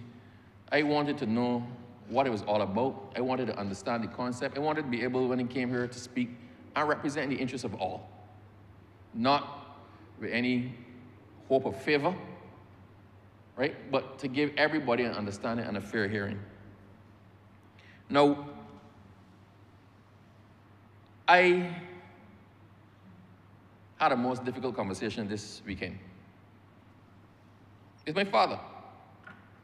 My father wanted to see me. I went to visit him. And I was expecting, I don't know, those father-son conversations. Love your dad, love your son. That sort of thing. My father wanted to discuss undertakers. He did not want to leave anything to the future. Not that he, to either of our knowledge, he's in imminent danger of dying, but because he thought it was time that we actually had the uncomfortable conversation. That it makes no sense to dodge the inevitable, that it is best that we put our cards on the table and understand what everybody is about. So we sat down and we had that conversation about funeral homes, about undertakers, about arrangements in the event that anybody passes in our family. And I say that to couch the fact that sometimes we have to accept what is inevitable and make the preparations for it. Madam Deputy, what's the difference between a hospice and palliative care? Palliative care, as I understand it, is the care that is given to assist persons who are suffering, who may be suffering from a terminal illness. Hospice care is a part of palliative care, but it is that care that you give to someone who is terminal, where death is pretty much inevitable. I think you're looking at a target of about 6 months. When the person is expected, all things being equal, to pass within 6 months, I think that is hospice care. The question was raised as to why is the facility initially so small? Because a lot of people go to the hospital and they're unable to be admitted because there's no capacity. Why are we aiming at such a small number of persons who might be residents of the facility? And I raised this in our discussion, which is why it's important to have these discussions. And the intention is that this facility really caters for those who are very close to end of life, where death is imminent and immediately foreseeable. that those persons don't have to suffer at home, that the families don't have to be distressed by the fact that they're unable to care for their loved ones in the way that they actually want to. So you are going to naturally get a high turnover because your time in this facility is expected to be short. Chances are, if the model works, we may have others. There may be further development. But for now, we're starting with a small facility. Ma'am, it's interesting how life works. I had this meeting, I think maybe about 3 weeks ago, with Baka. And since I've had that meeting, I've had somebody that I know very well suffer and die at home. And I was talking through the process. I was trying to be supportive of the family, and I was getting a day by day, maybe twice a day updates as to what was going on, that Granny's eyes were turning yellow, that Granny had stopped eating, that these things, and Granny was in pain. And I'm thinking to myself, this is what would have assisted that person. They did not have to be suffering at home with the family feeling powerless to help them. Somebody called me on Saturday, just past Saturday. Their mother had taken a turn for the worse. The mother was at A&E at the hospital. She is terminal. The doctor said there's nothing more we can do for her. You need to take her home. And I know this lady. She's one of my constituents. A dear old, she is like this salt of the earth, a good woman. And her daughter was crying to me on the phone saying, please, can you get the hospital to take her in? Because we just cannot manage anymore. We just cannot manage. And the hospital did not have the room. It didn't have the room. So she went home. Now, is it fair for us to put persons in this situation? When you are taking home somebody who's terminally ill, who's suffering from cancer, and that person is in pain, the doctor may prescribe a drug, morphine or something, a narcotic. And you have to administer that as indicated by the doctor. You are not a trained person. You don't know if mommy is crying and crying, if to give her a little bit more. You always wonder, did I do the best for them in their last moments? A facility such as this takes that pressure off of the family and allows the person to be surrounded by caregivers who can provide the exact support that is needed. People can be comfortable that mommy, my mother, my father, my aunt, my sister, my child has gotten the best care possible to ease their transition from this life into the next. It exists, palliative care exists in some form or fashion in Barbados. It's very expensive. It's very expensive. A lot of people can't afford it. I think the model here is that those who can afford will pay. Insurance would cover some. You can sign over the pension, at which point this brings me to another. I'm sorry that I could not speak and allow the most senior legal mind in here to benefit from what I'm about to say, but maybe he will see on the news. We have in Barbados a facility under the Mental Health Act, receivership under the Mental Health Act, where, quite frankly, people think, get a power of attorney. My mother is getting ill, get a power of attorney, and we can use her bank account to deal with her and whatever. But what people don't realize is that from the time you're unable to revoke a power of attorney, that power of attorney is supposed to die. The efficacy of that power of attorney is supposed to only be valid insofar as the person who gives it is capable of revoking it. So when mommy is suffering from dementia, or they may be at end of life and unable to make proper decisions for themselves, that power of attorney is of no more effect.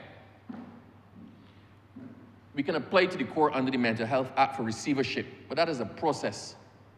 So I am envisioning that when we start to get into the accepted area of hospice care, then we're actually going to have to relook the legislation or laws as it deals with certain things like that to make it easier if somebody is terminally ill.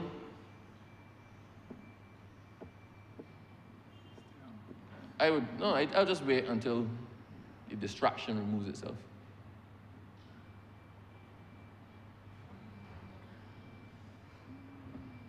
Yes, ma'am. I envision that we'd have to relook the legislation that deals with things like palliative care and hospice care, that deals with how we access and how we operate on behalf of somebody who may not be in a position to make decisions for themselves. But we've started the process. We've opened the door. We know where it is that we want to get to. And now, in addition to granting the land, we need to relook all applicable legislation to make sure that the concept is capable of being properly realized legislatively, practically, administratively, to give the best effect for what it is that we're doing. Madam Deputy, this takes me to another point. I think we as well need to relook the certification of death and the pronouncement of death in Barbados. It is a difficult thing for families who have lost a loved one to have to sit down with the loved one dead at home, awaiting the arrival of a particular doctor or doctors. It is a traumatic experience for them. I cast my mind to a particular situation where somebody woke up and found a relative dead in the vehicle outside the house. The engine was still on, and the person was dead in the car. Apparently they came home and they had a heart attack before they could get out of the vehicle. That person found them at 5 o'clock in the morning. They called me at 9 o'clock in the morning to say to me that nobody had come yet. They called the police, and the police said, you can turn off the car, but don't trouble the body. At 1 o'clock, they called me. You know by this time what was happening. Somebody came about 3 in the afternoon, and that's after I intervened. Said, do you know what you're doing to these people? But this is because only certain persons, I think maybe 2 or 3, only certain persons in Barbados can actually pronounce death. Madam Deputy, we need to look at that. That is perhaps the hardest thing for a family member, to sit down and look at a body. You can't touch it. You can't open the window. You can't do anything. You have to watch nature and temperature and climate take its toll on that person that you loved. Because we can't get somebody to write on a piece of paper what we all can see has happened, that the person has died. I don't know. I did first aid. Madam Deputy, I was told you check for pulse.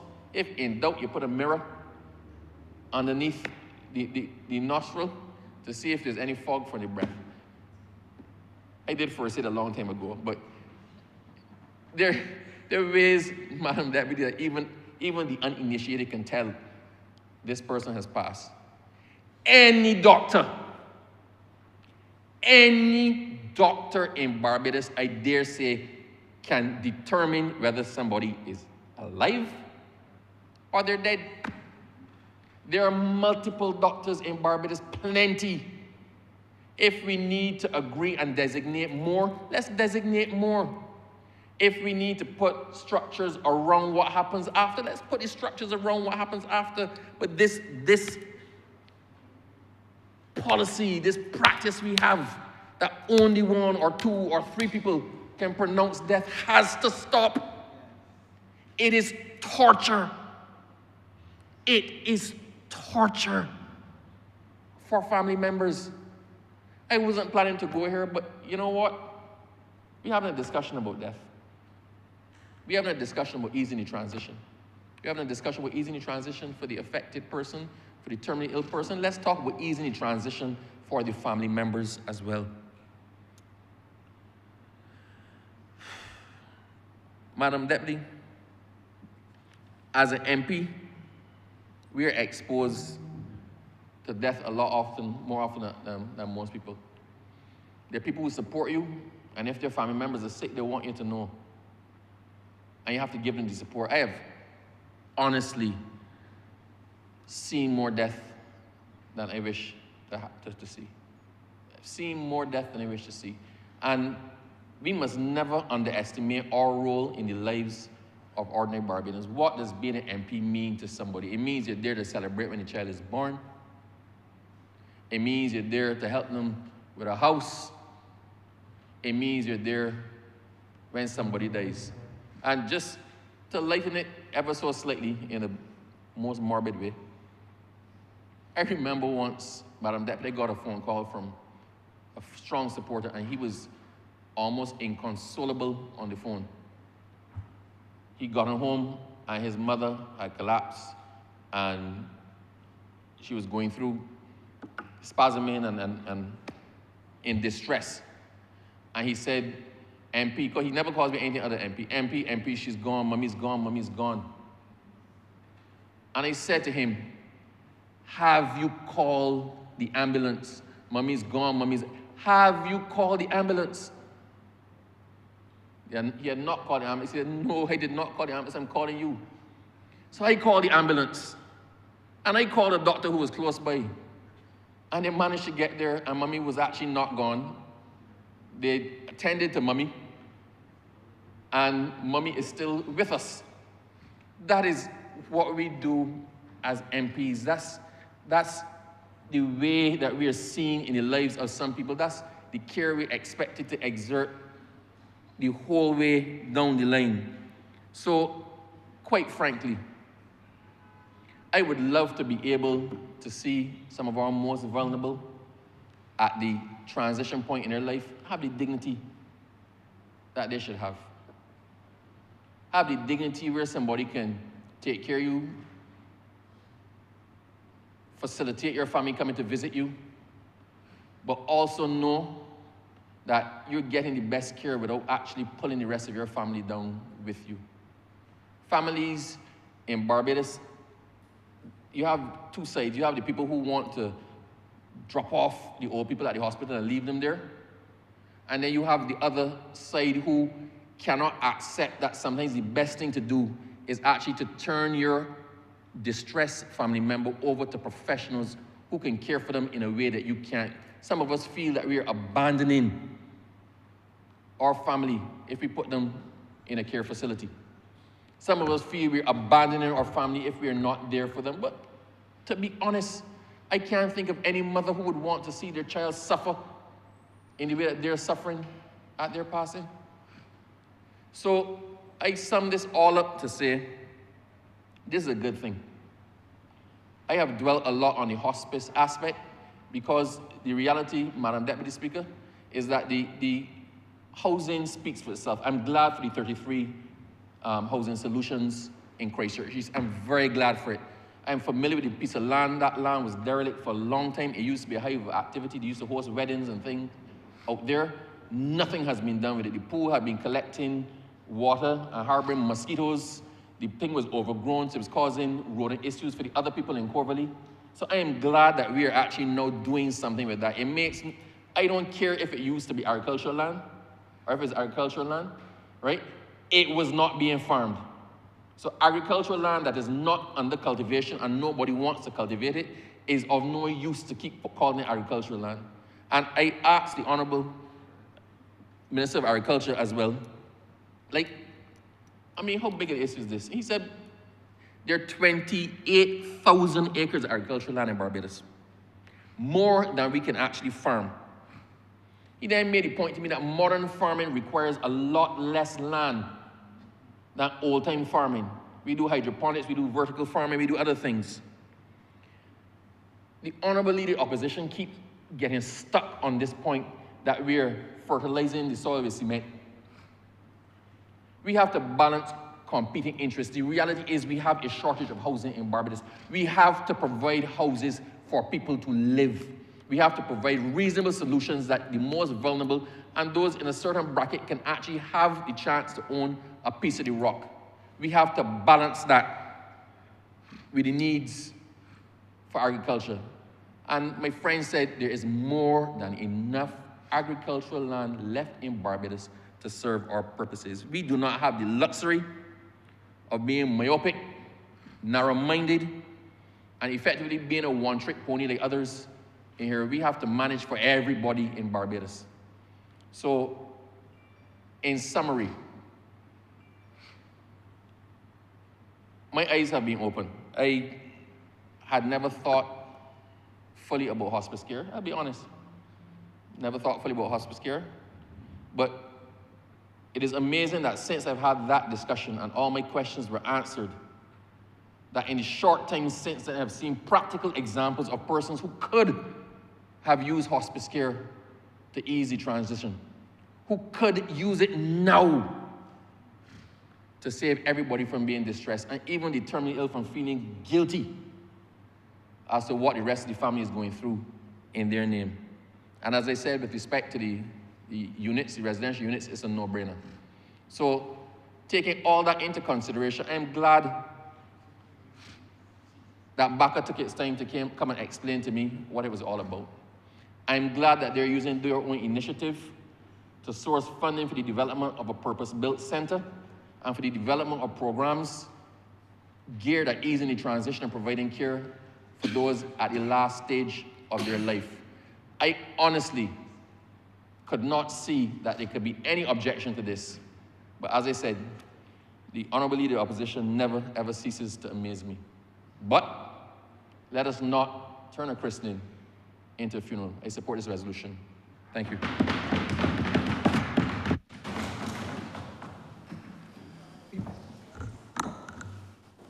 Thank you, Madam Deputy Speaker. I rise to support this resolution. The Honourable Member for St. George South for the presentation.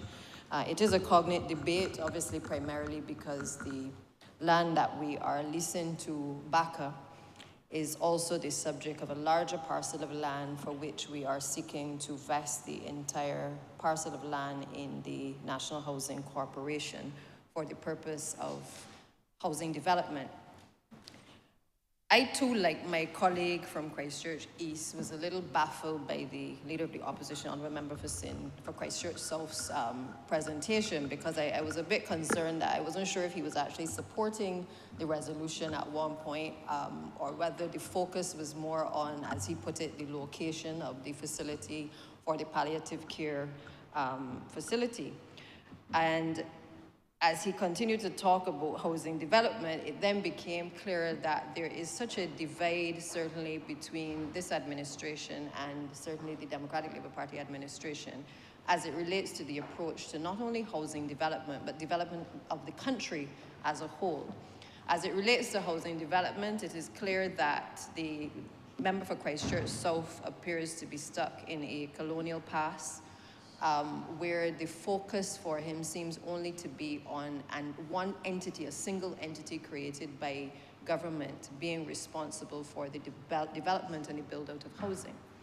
It is clear that he has not collided with the productive ways in which other countries globally have been able to address housing, whether through the joint venture relationships or whether creating other entities to be able to better manage the housing stock and certainly the products in terms of what people are able to afford, whether to rent or whether to be able to obtain a mortgage in order to be able to have proper accommodation. And it's clear that that divide is what the Honourable Member perhaps needed to be reminded of in relation to the history of his own administration, because I certainly sat in this place at a time when there were several housing projects that were alluded to by the then administration, which never saw the light of day in some cases, or in some cases, when we came to office in 2018, we were burdened with that responsibility of being able to complete a number of those housing projects. What we are on all fours with the then administration on is that housing is a priority. But our approach as a government has been one where we have been able to find different models, and particularly being able to use renewable energy sources to be able to lower the costs for, in particular, low-income persons to be able to have housing accommodation that does not cost an arm and a leg. It goes back from a basic principle of being able to ensure that everybody is able to own a little piece of this beautiful rock, that Barbadians can aspire, the young boys and girls of this country, to be able to own their own home, to own their own piece of land someday, and to be able to build out for themselves and certainly for their families, something which they are proud of being able to call their own. So as I said, it is clear that we are divided on these things, and that instead of the Leader of the Opposition supporting the bill in its entirety, he had to take the opportunity to throw a couple pot shots. But I will throw a couple back, Madam Deputy Speaker, because as I said, I recall what we have had to do in relation to the housing program. I remember sitting in the opposition on that side, right behind you, Honourable Member for St. James North, and hearing about the constant project in St. George, which we came to office and we had to spend, I think, significant sums to be able to complete over 60 houses that had been left by the then administration. Madam Deputy Speaker, you would also recall the parish land projects, where we've been able to put a few people in the houses, but it came at a substantial investment by this administration to be able to do repairs, renovations, retrofits, in some places take down the entire existing structure and have to rebuild the structure to be able to allow ordinary Barbadians to own a piece of the rock. I remember the days of hearing about Pickering projects down in St. Lucie, where they were going to develop all types of housing for low-income families, which never materialized. And I can go on and on about the promises that have been made by the last administration regarding the development of housing. Now, I take housing very serious. Perhaps the only thing that the Leader of the Opposition and I may agree on in terms of what he presented is that I do feel that there's a very causal link between the type of accommodation people live in, very overcrowded conditions, and the link to crime. And whenever I stand in this place, I speak to the issue of easing the densely populated nature of communities, because the community I represent in particular, but also the ones that I see as I drive across the length and breadth of this country, there are people who are living in very cramped conditions. And not that people have not come from cramped conditions and succeeded, but there are some people, because of the conditions in which they live, compounded by other social factors, tend to find themselves reverting to a life of crime because of the circumstances in which they find themselves. And therefore, I can only support any resolution that is brought to this chamber that perhaps gives a further opportunity for people to aspire to the goal of home ownership, but also where we are seeking to be able to include persons in the process of home ownership so that we can build out future generations of homeowners. Now, I know the Coverley project and the Coverley name, perhaps, I remember being on that side as well at the time, lent itself to a lot of discourse. I remember the Honourable Member for St. James Central, when the housing project was first being built out, the concerns regarding that the then administration said that the project was for low-income persons. But I am not aware that the project that I see today is in any way a low-income people project. And I want to remind the Honourable Member of that time, because I certainly, as part of this administration, I am very focused that we must build for persons who are most vulnerable, that in some cases we must subsidize low-income housing, and that we must not use housing as a political football to enrich the coffers of some, while others in our society continue to suffer as a result of not having proper accommodation for them and their families. So I have no difficulty with the acquisition as being presented by the Honourable Member for St. George South. The intention to be able to have 33 new homeowners in this country, I think is a wise one. I don't get the impression it is low-income housing, but I do know that the government's entire program is intended to carve out a number of different types of programs that would facilitate for us being able to house as many people as we possibly can. And I think it's just for that reason that I support what the honourable member is seeking to do here. Certainly in the Lower Bernice area, which is directly impacting my own constituency. The honourable member, I know when he's closing, will probably also update, but I continue to remain in contact with him on a regular basis because the Lower Bernice project under this administration was intended to take 20 acres out of 40 acres of the housing stock, which was acquired by way of a private arrangement with a landowner through planning gains to be able to allow the constituency, certainly of St. Michael's Southeast and the surrounding areas, to benefit from a project that would ease the dense nature of, in particular, the areas of Golden Rock in the Pinelands community. And I'm grateful that we have not only made the pronouncement, but we have worked as an administration year after year to try to get the designs completed, to be able to ensure that we can now get to the stage where we can put in the roads. I'm grateful to the Ministry of Housing as well for engaging in a social survey of within the constituency to be able to identify the greatest needs, because we have a lot of people have been in the community of St. Michael's Southeast who are on a waiting list for housing, but we have to obviously, as we have done as a government since coming to office, ensure that we are able to prioritize the persons with the greatest needs within our society. So I look forward to that project. I'm told that the road should be going in rather shortly, that now that the social surveys are completed and they have the assessments of the number of persons requiring housing, that they are now at the stage where they can start to complete their designs. And I believe before the end of this year, the designs are finished. And sorry, my apologies, the designs are finished. So they are moving quickly. And that by the end of this year, we should start to see the beginning of construction of that project in the Lower Bernice area. As it relates to the other resolution, Madam Deputy Speaker, which relates to the Barbados Association for Cancer Advocacy being able to lease the property, which was the old plantation house in the Coverley area, I too support this resolution, and I do so perhaps more of a personal standpoint than I believe anybody else in this space may be able to speak to.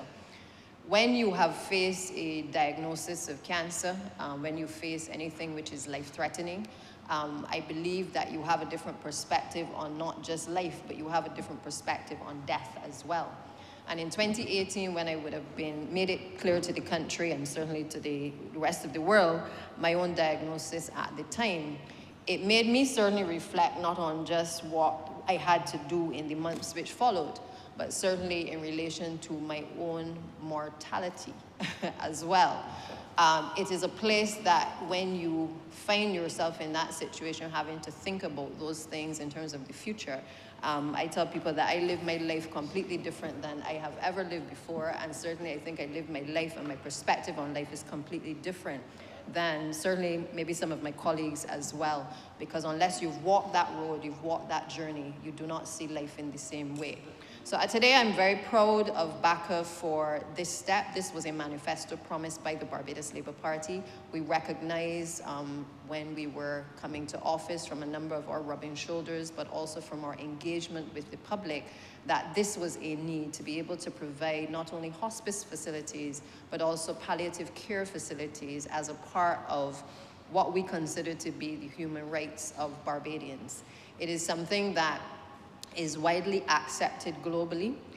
People have options in terms of from cradle to grave, and I think that perhaps it has been too long in coming in the Barbadian healthcare landscape to be able to see something of this nature on the horizon for the benefit of not just Barbadians who have money, but Barbadians who certainly do not have money, and to have a place where people and their families can certainly be able to go during the last days of life. So I believe that this is the fulfillment of not only the vision in terms of what we would have wanted to see, but with the help of the private sector, and certainly persons who, even within the organization, they're not persons who have no nexus to cancer, but they are persons who themselves have also been through and walked the road as well, and I think they too understand the concerns of families.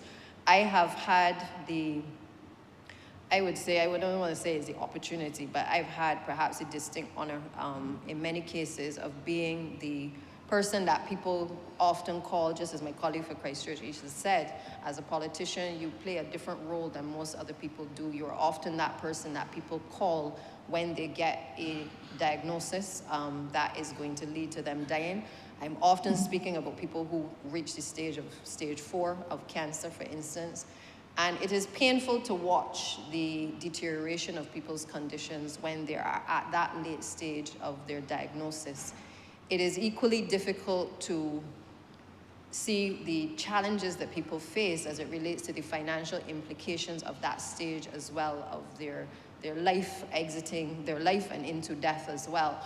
Because if you have to be sent home from the hospital, oftentimes, depending on your social status, the challenge comes that the house has to be retrofitted. Particularly if you were living upstairs, you have to come downstairs. Sometimes the bathrooms are not downstairs on one level, so sometimes people have to have the resources and the ability to be able to retrofit their spaces to make it accommodating for their loved ones. And then comes the price of the oxygen tanks. It comes the cost of the Pampers, the adult Pampers that are required, the blue bed sheets that sometimes you have to use as well because it becomes difficult in the later stages to be able to turn people. You also have the cost of the hospital beds, the mechanized beds that are almost 2,000 US. And if you purchase them overseas, they may be a little bit less.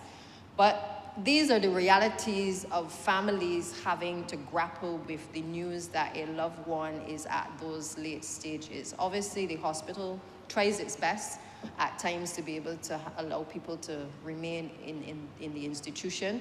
But there too, and I suspect the Honourable Minister will also speak to it in terms of the challenges that the hospital has, where because families cannot cope, they often turn their backs on their loved ones. And you have a lot of people in the hospital who are not waiting for an operation necessarily, but they're taking up a bed because there is no place for them to go. The fact that this particular lease lends itself to a facility that at least will start with 14 people to be able to allow for families and loved ones to be able to be in a space to be cared for by health professionals, I think is certainly a welcome step in our healthcare system.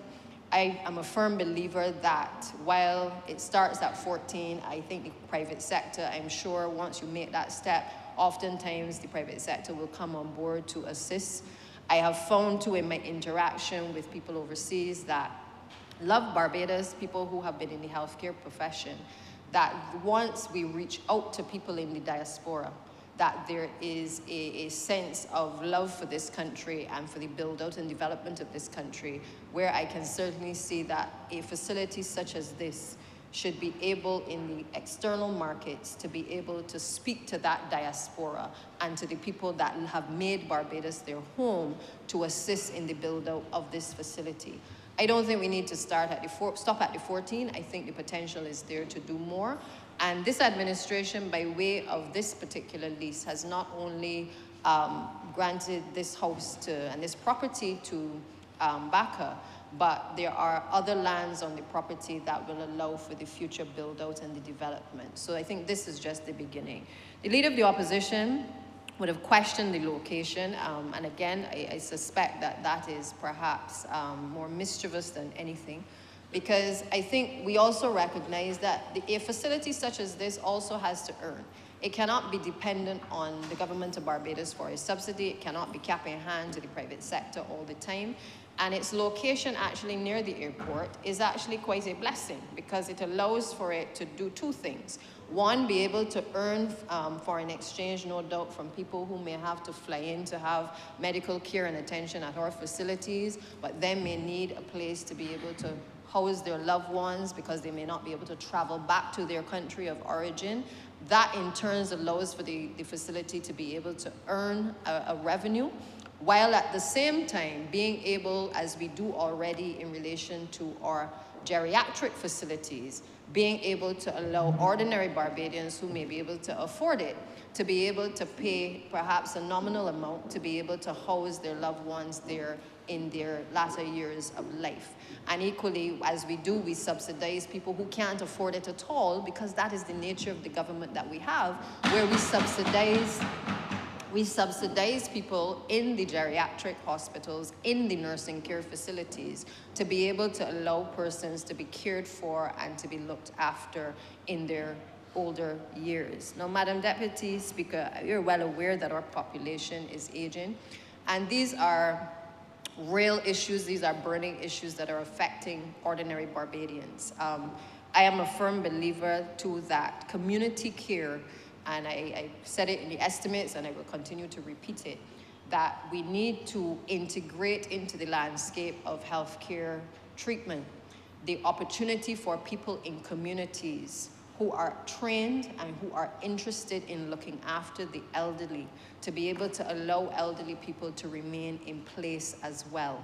There are different tiers that we must continue to focus on. Palliative care is but one. But I believe that we have a responsibility, particularly in our densely populated communities, to be able to find ways to transition and to transform locations, whether it's housing or old buildings, to be able to allow for people in communities to be able to retrofit spaces. I have several people in St. Michael Southeast, Madam Deputy Speaker, who don't have these types of healthcare facilities, but they have opened up their homes to elderly persons. There are people who will drop off an elderly mother or an elderly grandmother for someone to be able to look after them. All they need is to be able to have the assistance, to be a structure to be put in place to allow them to be able to put a ramp to get into their houses. They may need the assistance with the safety bars to be able to, if the persons need to take a shower, to make sure that the shower meets the conditions and the standards for the elderly person to be to have a bath and to be cared for. There are simple things that we can do as an interim measure while facilities such as this are built out. I think oftentimes we spend so much time focusing on the big picture things, but we fail to recognize that Barbadians across the island are already engaged in looking after people. Madam Deputy, you are perhaps one of the persons that I know that has cared for more people in certainly my political career than most. Whether family or people in the neighborhood, I am well familiar with the work that you have done caring for the elderly. And short of getting an award for it, I know that your blessings are going to be many whenever that time comes. And I know that many of us will make sure that we look after you as well. But the reality is that there's another side there are two other perspectives that I want to bring to this discussion this morning. And one is the perspective that we raise our children to get older and to leave home, to leave the nest, to be able to build their families and to get an opportunity in terms of a job. But we rarely discuss the issue of aging, and we rarely discuss the issue of getting sick and ill health and preparing for death. It is not something that we like to talk about, which is why the Honourable Member for Christchurch East can say that these discussions are things that he's now having perhaps with his father.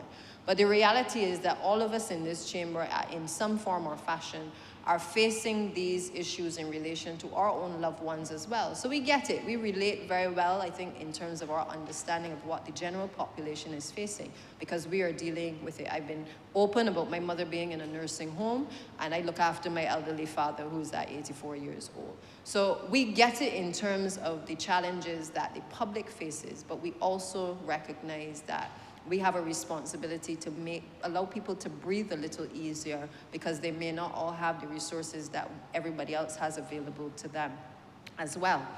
But there's an issue that we don't like to talk about as Barbadians, and it is being able to prepare for that stage. Some people will prepare by way of the funeral arrangements and determining the undertaker, but people don't often talk about making a will. They don't talk about being able to prepare themselves for, you know, getting sick. You could be going along well, you get a stroke, at the end of the day, you don't have all of the cognitive functions, and therefore you're then not in a position to be able to go into a lawyer's office to be able to have something drafted.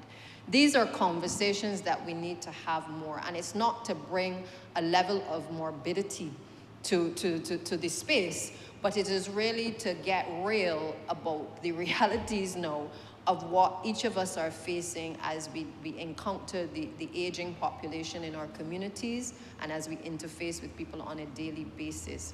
Enough people are not taking into account how they transition.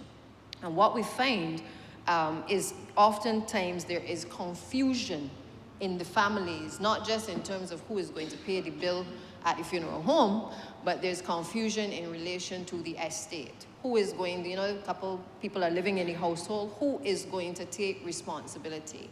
And I urge people, Barbadians, to, again, seek out the advice, but equally, I think our lawyers need to step up and certainly be able to create the types of clinics that allow people to have the options presented to them as to what some of those options are. The Honourable Minister of Housing and member for St. George South is well aware that, particularly in the housing areas, this is a perennial problem, whereby because of the lack of conveyances in some of the housing estates, people are not able to properly plan their future. And while they may have the name of a person who was living in the house, a son, a daughter, a neighbor was living inside of the house, the reality is that when they die, and their name may be the only name on the documents at housing, sometimes the families struggle to be able to get the appropriate documentation, whether it's letters of administration in most cases, to be able to ensure that they can go forward. There is a cost for taking out letters of administration. Let us not fool ourselves. It is the correct legal mechanism for which, if you die without making a will, that you must go forward to the courts in order to be able to have the paperwork sorted so that your families can be clear in their mind who is going to own the property. But there is another reality that I feel government must look to, and perhaps in the Ministry of Housing, we need to devise a way to be able to assist families in clearing up these estate matters so that people, once that is out of the way, estates can be divided. People can decide who is going to get the house, who is going to move out of the house. Do they need to go and borrow money in order to be able to retrofit the house so everybody can live comfortably? But I don't think that in a modern day Barbados that we can continue to ignore these issues, particularly in relation to the housing estates. It is causing endless confusion. It is causing endless tensions. And we are finding people having to, you know, again, we wonder why people are squatting, why people are taking up Crown state lands, and these are the reasons.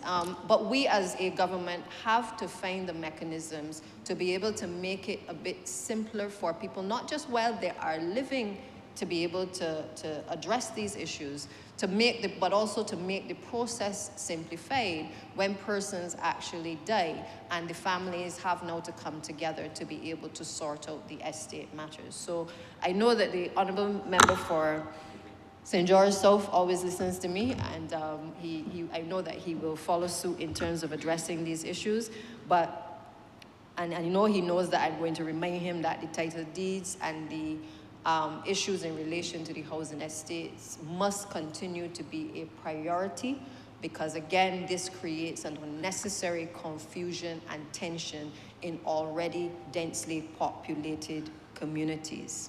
The other issue, though, Madam Deputy Speaker, that I would wish to speak to briefly as well, is that while we speak about the nearing of death, the transition to death in relation to palliative care, we also need to talk about the life that we are living as well.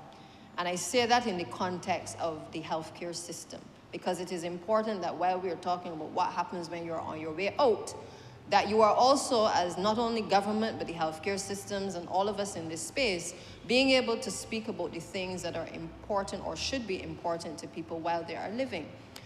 The statistics that we hear, the 86-point-something% of persons who will die from chronic non-communicable diseases, must be a problem to each and every one of us. It cannot just be a statistic that is somewhere floating around in the atmosphere that we are proud in spouting when we get up to speak, to talk about chronic non-communicable diseases. We are seeing people who are struggling with their health. We are seeing the burden that is plaguing our healthcare system as a result of people not being able to cope. We all accept that we have come from a slave and a colonial society where sugar has been the order of the day. We accept that the practices that happened during that period, some of them have hung over to this period, and that people continue to eat badly and to drink badly. And I don't look at you, Honourable Member for St. James, nor for any other reason than that to say that you are one that has listened, because during the by-election you made sure you put down the water. You took up the water and you put down the soft drinks, right? And I feel very strongly that our message must be one that while we talk about palliative care, we have to talk about the practices, the way people live presently. Because if we are not talking prevention, then we're going to continue to talk about the statistics of the people who are going to die from chronic non-communicable diseases. I would like us as a country to get to the point where we talk about how many people we saved. Not how many people are on the waiting list at the hospital. Not how many people are going to die in a year from a particular disease. But let us talk more about the efforts that are being made, whether it is in relation to the National Nutrition Policy, whether it is gradually stamping out the amount of sugar content and added sugars that our people are using that have become so acceptable that people feel that it is the lifeline that they hold on to. Let us start to talk about, from the agricultural perspective, encouraging people to grow more of what they eat and to eat what they grow, and not just simply use it as catchy taglines, but each of us have a responsibility as leaders to also live what we are saying to the population. You can't just tell people you must eat this and you must eat that, but we're not making the things either affordable or we're not making the things accessible to people to be able to help them make those decisions. So I would like to see more of the programs which not just tell you to eat healthy, but tell you how on a limited budget, what are the things that you should be spending on a limited budget. Many of us give people a voucher, sometimes to help them ease their living conditions. We give them a voucher for $150 sometimes, $200, $100, whatever it is. How many people stop to ask, what are you buying with this? What are you buying with this? And equally, what can this buy? Because if it can only buy the things that are sugary, the snacks that are the wrong snacks for to be consumed by our young people, then all we are doing is becoming a part of the problem, because we are helping to facilitate the purchase of the things that our people should not be eating. So I can tell you straight, I don't give unless I have the conversation. Every child that I interact with in my constituency knows that if Auntie Santia gives you money to buy something, a snack, I ask you which snack you're going to buy. And it starts there, till eventually the children know they're either gonna say they're going sometimes for a granola bar, they're going for a pack of nuts, they're going for fruits or something which they know is healthy. It is not to say that we start to eliminate all things that are bad for you, but people have to start somewhere to be able to minimize the challenges that are likely to come from making bad decisions. So I don't want a discussion as today to be revolving around the journey to death without a discussion on the journey of life and the importance of making sure that we do the things now to make sure that people take control of their health. Now that brings me to my final concern, which is that when we talk about this issue of life and the journey of life, I have been advocating for a linear accelerator for cancer patients in this country for the last year.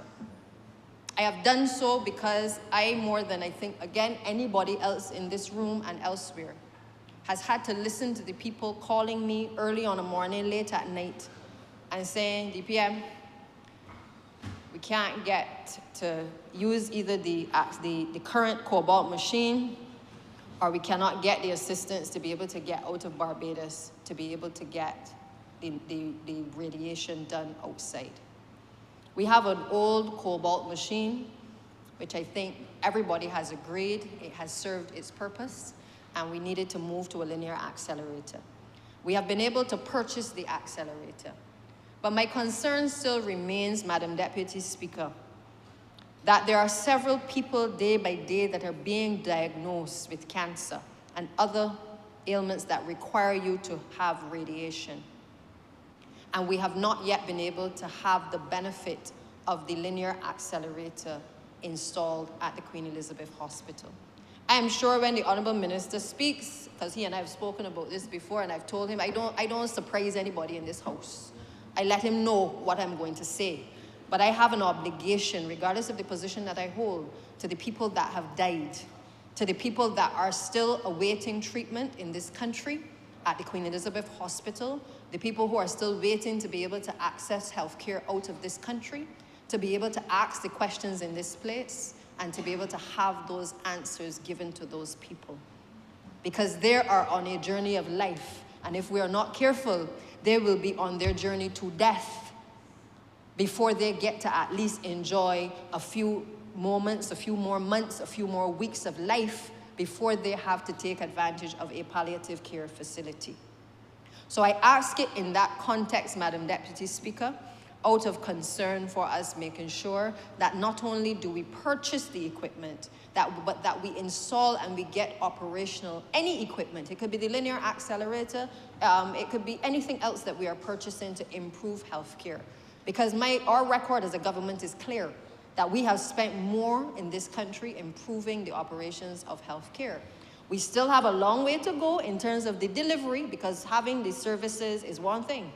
But I will stand here in this place and anywhere and tell you that based on the complaints, we still have a responsibility to the people of this country to reduce the waiting times, to reduce the times that people wait for surgeries, because that continues to be a bugbear for Barbadians who have no choice but to use the system. I've had people call me recently who were diagnosed with cancer, who have to go to the hospital, and they're concerned that, you know, the length of time it takes for the chemotherapy to be administered takes a long time. So when I speak of the journey of life, I speak of it from a perspective that these are the realities that we are facing, and that every day that we take longer to be able to make sure that equipment is functional, that we correct the procedures within the hospitals and the polyclinics, is a day that people lose of their life. I am fortunate and I bless, I thank God every single day, because He is the giver of life, for being able to give me the opportunity. I do not know how long I have, but what I know is that my perspective is different from most because of the journey I have walked. And I understand how important it is to be able to preserve life. And I therefore, as I said, I speak on behalf of those who have died, who did not have access to the linear accelerator, to those who have not been able to get to the healthcare facilities outside of Barbados. I speak on behalf of the ones who have been recently diagnosed and are trying to figure out their way in this muddled system as to how it is that they're going to get the quality of care that they need to, because they may not be able to afford it. So I give food for thought, perhaps, to all who have ears, Madam Deputy Speaker, that this journey that we have been on as a government, that we never take the eye off the ball as to why we have come here. And we never forget the people who have sent us here and our responsibility to deliver to those persons. Many of these people do not have insurance. Many of these people will never have insurance, because once you are diagnosed with a number of these illnesses, your ability to get the insurance is also compromised. Let's be fair. So we are dealing with double whammies, because we have to make sure that we understand the urgency. I don't just grumble because I have nothing better to do with my time on this issue. I grumble and I agitate for this because it is near and it is dear to my heart, and it could happen to any one of us. It could happen to anybody that is close to us, that we love and we care for, or that we represent. Urgency must be the order of the day. And I therefore want to again commend the Honourable Minister on these two resolutions, and to say to you that I await the works that have been promised, and certainly the continued build-out of the housing sector in Barbados, and to the Minister of Health as well, to ensure that you are able to answer the questions appropriately and to give some comfort to the Barbadians out there who are trying to navigate the system.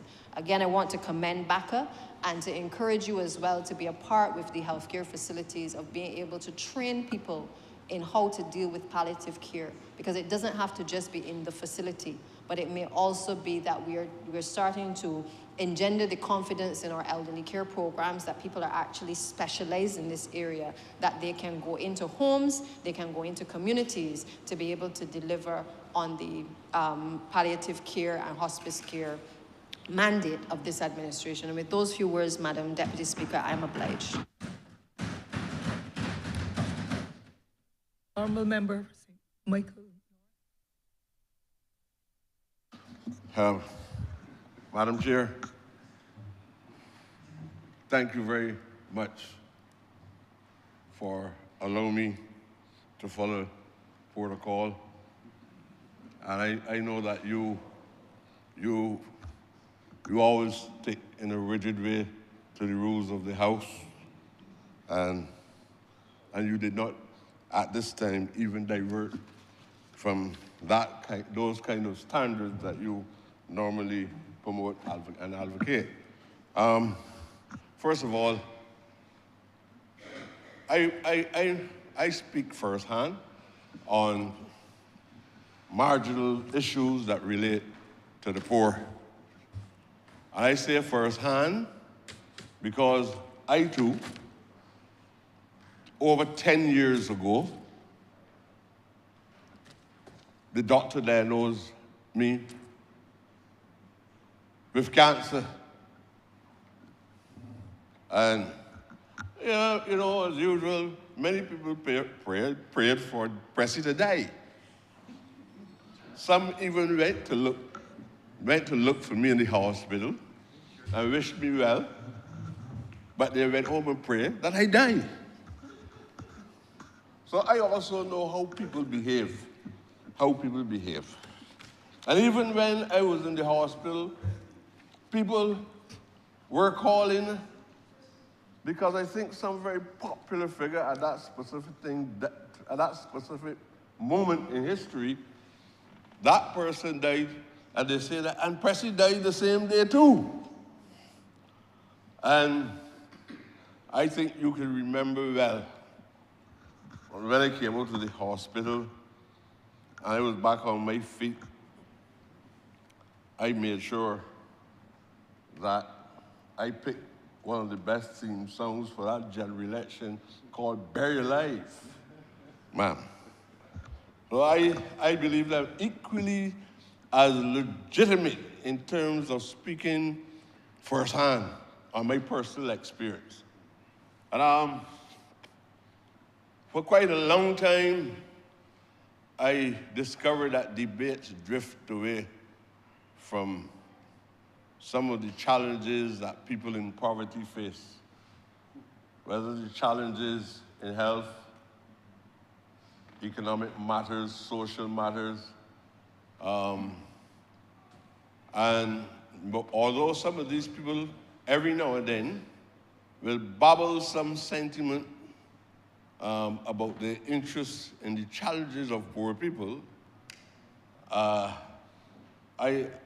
listen, but I don't always believe, even when they speak with a tone of sincerity and commitment, I don't really believe them, because I also understand the dramaturgical approach to the politics of Barbados. But I think this is significant enough that anyone with a social conscience would be very concerned and with pay salute to the ministry that has put this one on the table in these chambers. When I first saw the bill and I heard about Coverley, I said, oh my God, what is this about Coverley? Because I didn't even recognize that they had more land outside the massive housing project that was constructed at Coverley by one specific character in Barbados. And I was very concerned. Ma'am, I am responsible for social transformation and economic enfranchisement. So I was very concerned. Well, this is a greater effort now for the collective strengthening of the wealth of a specific type in the society. But I then read the document and recognized that this was a humane effort to do something for people who, in this society, sometimes are over the age, sometimes of 50. And this is a funny society too. There was a time when this government was talking a lot about intergenerational development. And then the word was relegated to the back burner. And then you start hearing youth. And then you start saying that the youth seem to be something wrong with the youth, and wondering if the youth, if somebody cursed, if some divine power cursed the youth. Then you say that the youth is the alternative. So I know that there's lots of ambiguity in terms of seeking clear thought on the philosophical moorings that should be applied even when we're introducing social and economic legislation in this country. Well, this is a humane type. But I believe that in addition to what was highlighted in terms of a paradigm that we once put in place at West Terrace, where NHC took on the responsibility after the land was transferred to NHC. Because in many cases, lands are transferred from the Ministry of Housing to the National Housing Corporation, two different legal entities. And then the board at National Housing Corporation usually meet and decide on what model they're going to use in terms of after the land is transferred, is the state going to take the responsibility, or is the private sector going to take the responsibility?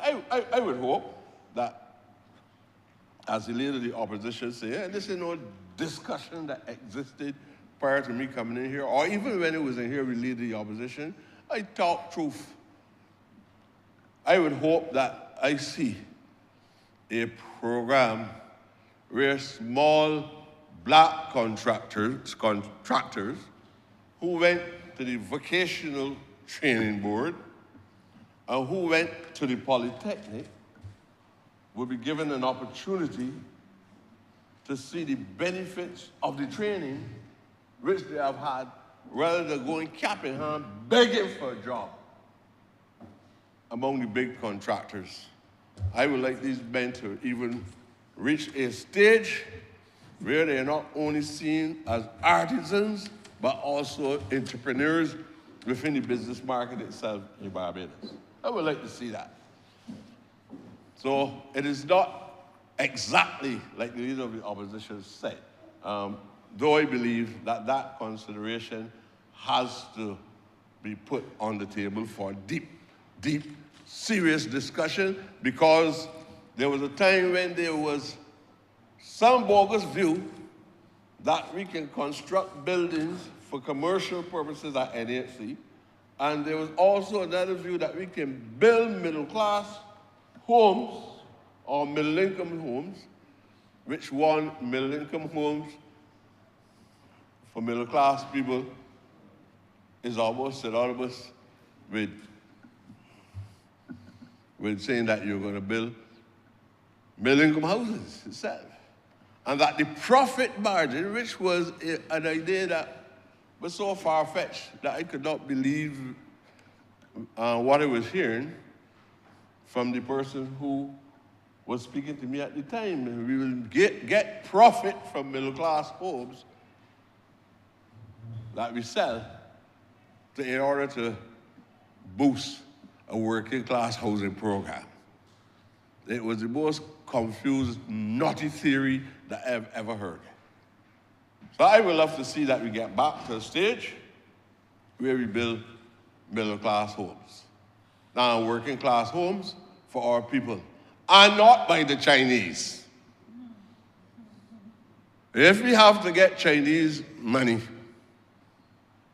and we have to conform to the things that Chinese do,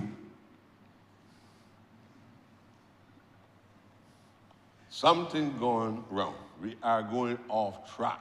There's too much evidence. Too much evidence in Barbados of Chinese ripping off the state. And as a consequence, producing inferior housing for working class people.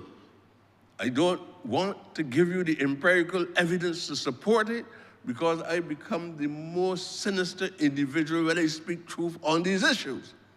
And I would not say it because I don't want the truth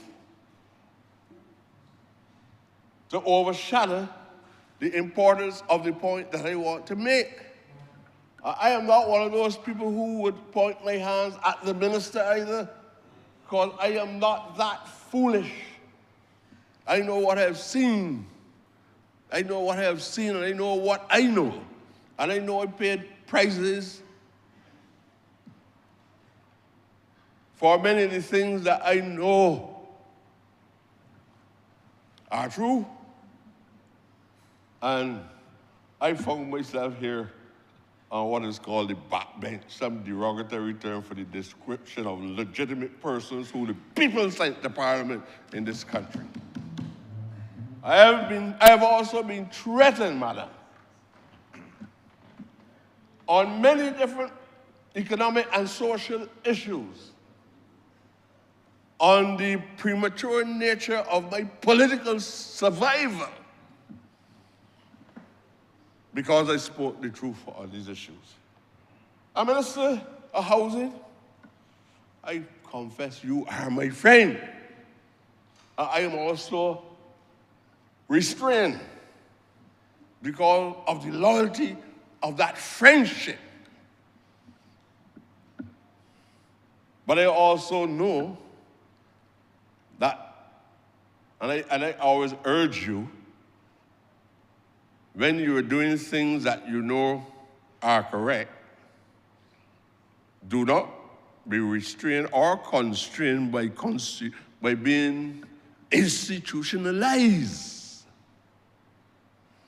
Because ultimately, you will pay the price.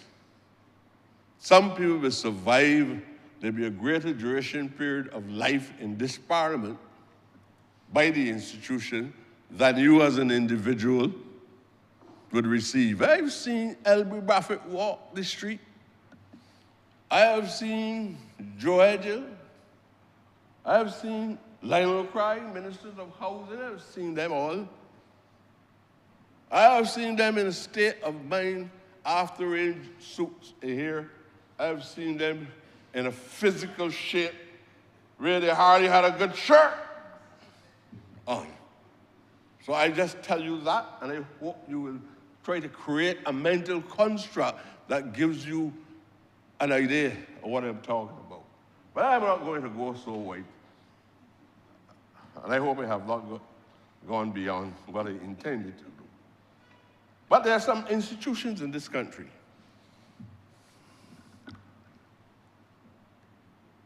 that I believe that the Ministry of Housing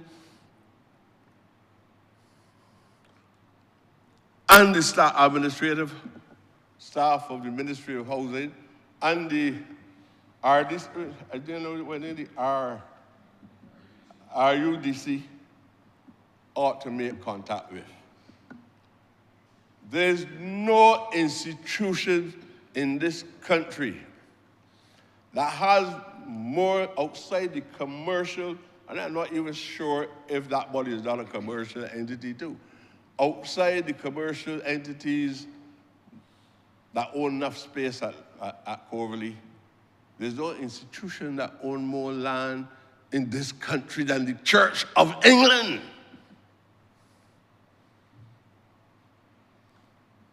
Through the Cossington Trust, they have land that goes back to the 17th century, that stretches from the back of that building on the eastern side. And if you keep looking over and over, you will believe that that piece of land touched the borders of Cairo in Egypt. Poor people in this country need land. That is what I really came here to say. The other parts of it is icing, cosmetics of the discussion.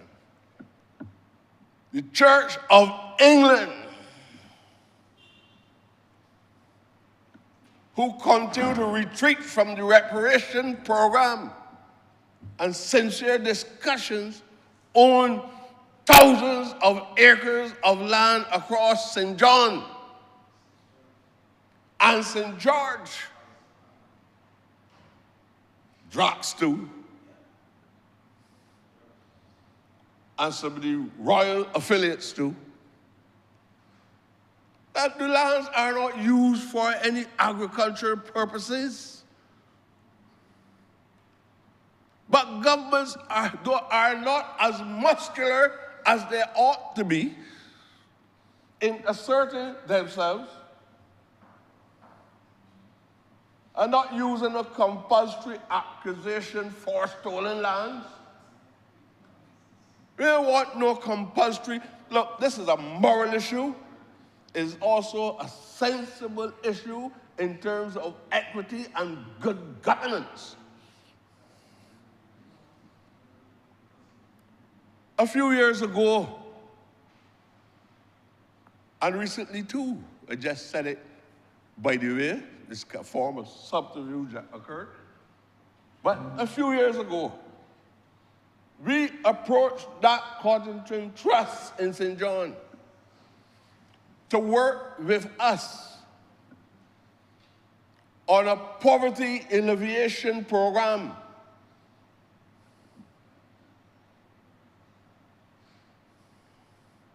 In terms of even subdividing parts of that land, although it's in the trust, I heard, subdividing parts of that land so that poor black people in distress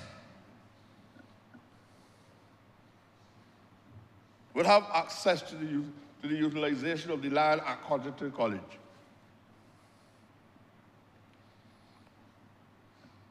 The demand for housing is very, very severe. Every morning in this country. As I say, this is just one strand of the problems of the marginalized people in this country. And I say there are persons who will need that land for respite care. They will need that land for just because they got large families, they have some money, and they will love land to do things. The church up there, Cossington College, the first institution of tertiary education in Barbados, owes a debt to the poor people of this country. And if they are as benevolent as they state they are, how can you have so much reports from so much international agencies year in and year out talking about the state of poverty and homeless people and it does not touch the conscience of the Church of England. Let us take the cowboy horn, approach them, ask them to make a collaborative effort in a partnership between the NHC, the UDC, or the RDC, which, but I can't remember the new configurations, right? RUDC.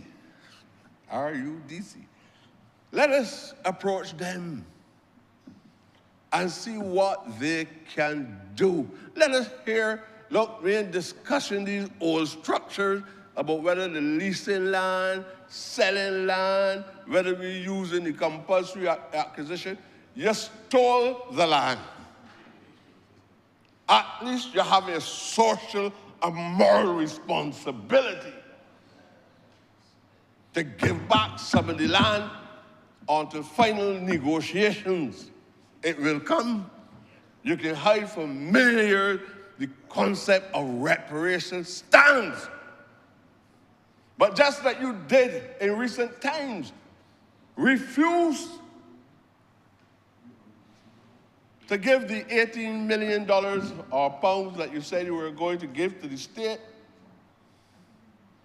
to help with the development of the same estate. You said you must manage the estate yourselves. After you commit crime, the criminals now want to manage the money that they owe to the victims. Tell me which law court you ever see with a model like that.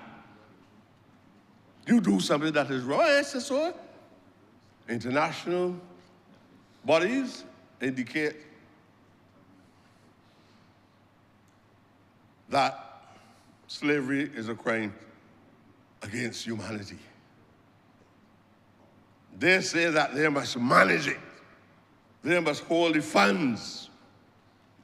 Well, I ask, but in case any of these lands are defected, patent or latent, but we can identify them, would you be prepared to give an alternative piece of land for a house spot? The answer was no.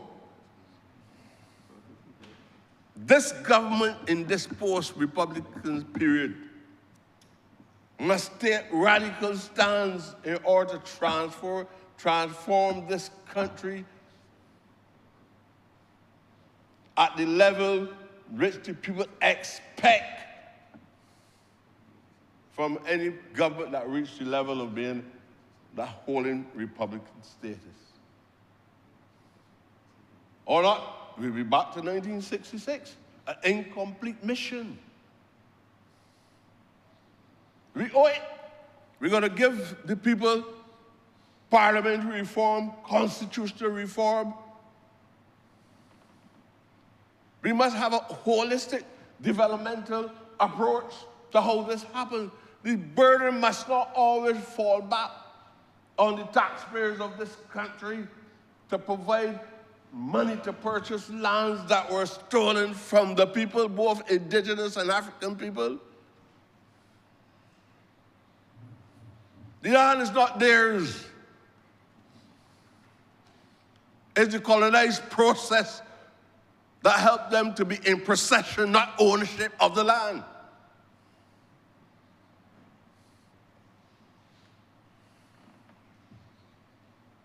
So while I understand the rationale for the land being transferred to NHC and ultimately to people who are deserving of it, there is a macro issue that has to be discussed. It has to be discussed, and politicians must not be devoid of testicles.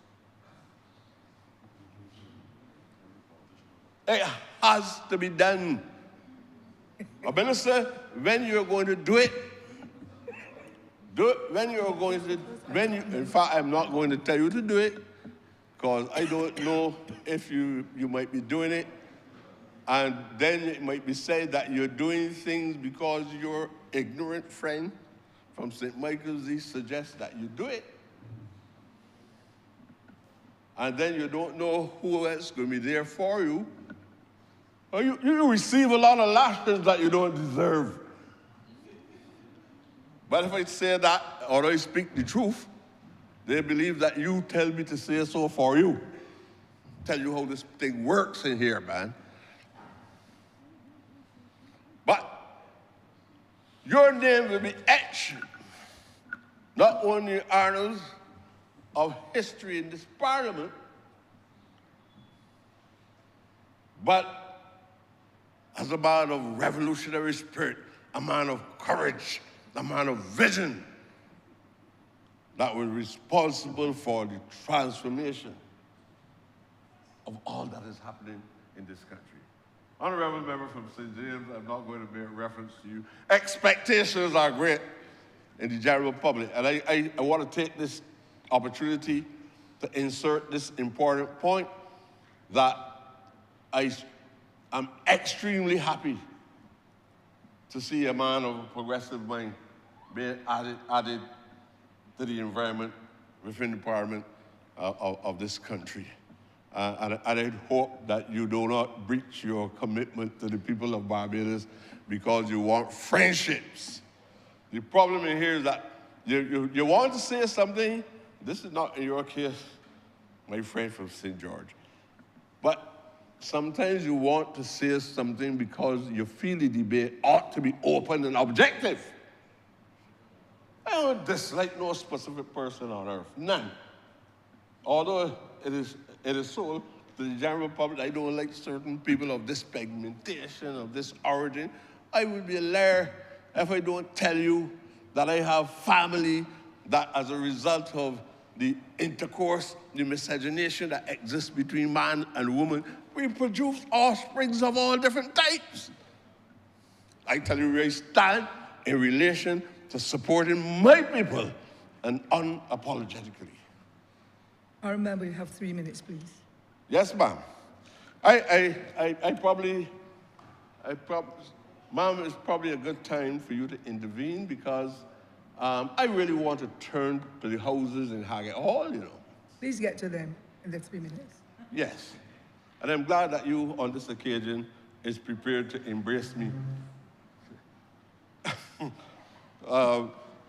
Look, those houses in Haggett Hall, the defects that we're witnessing in Haggett Hall is not the fault of the state at the level of the Ministry of Housing. No way. No way. I got up out my bed 3 o'clock in the morning. The minister was there. He got up out his bed as well. Because I received a call saying that the house is implored. And I rushed up there, believing that I was witnessing another Britain's Crossroad implosion of the units there.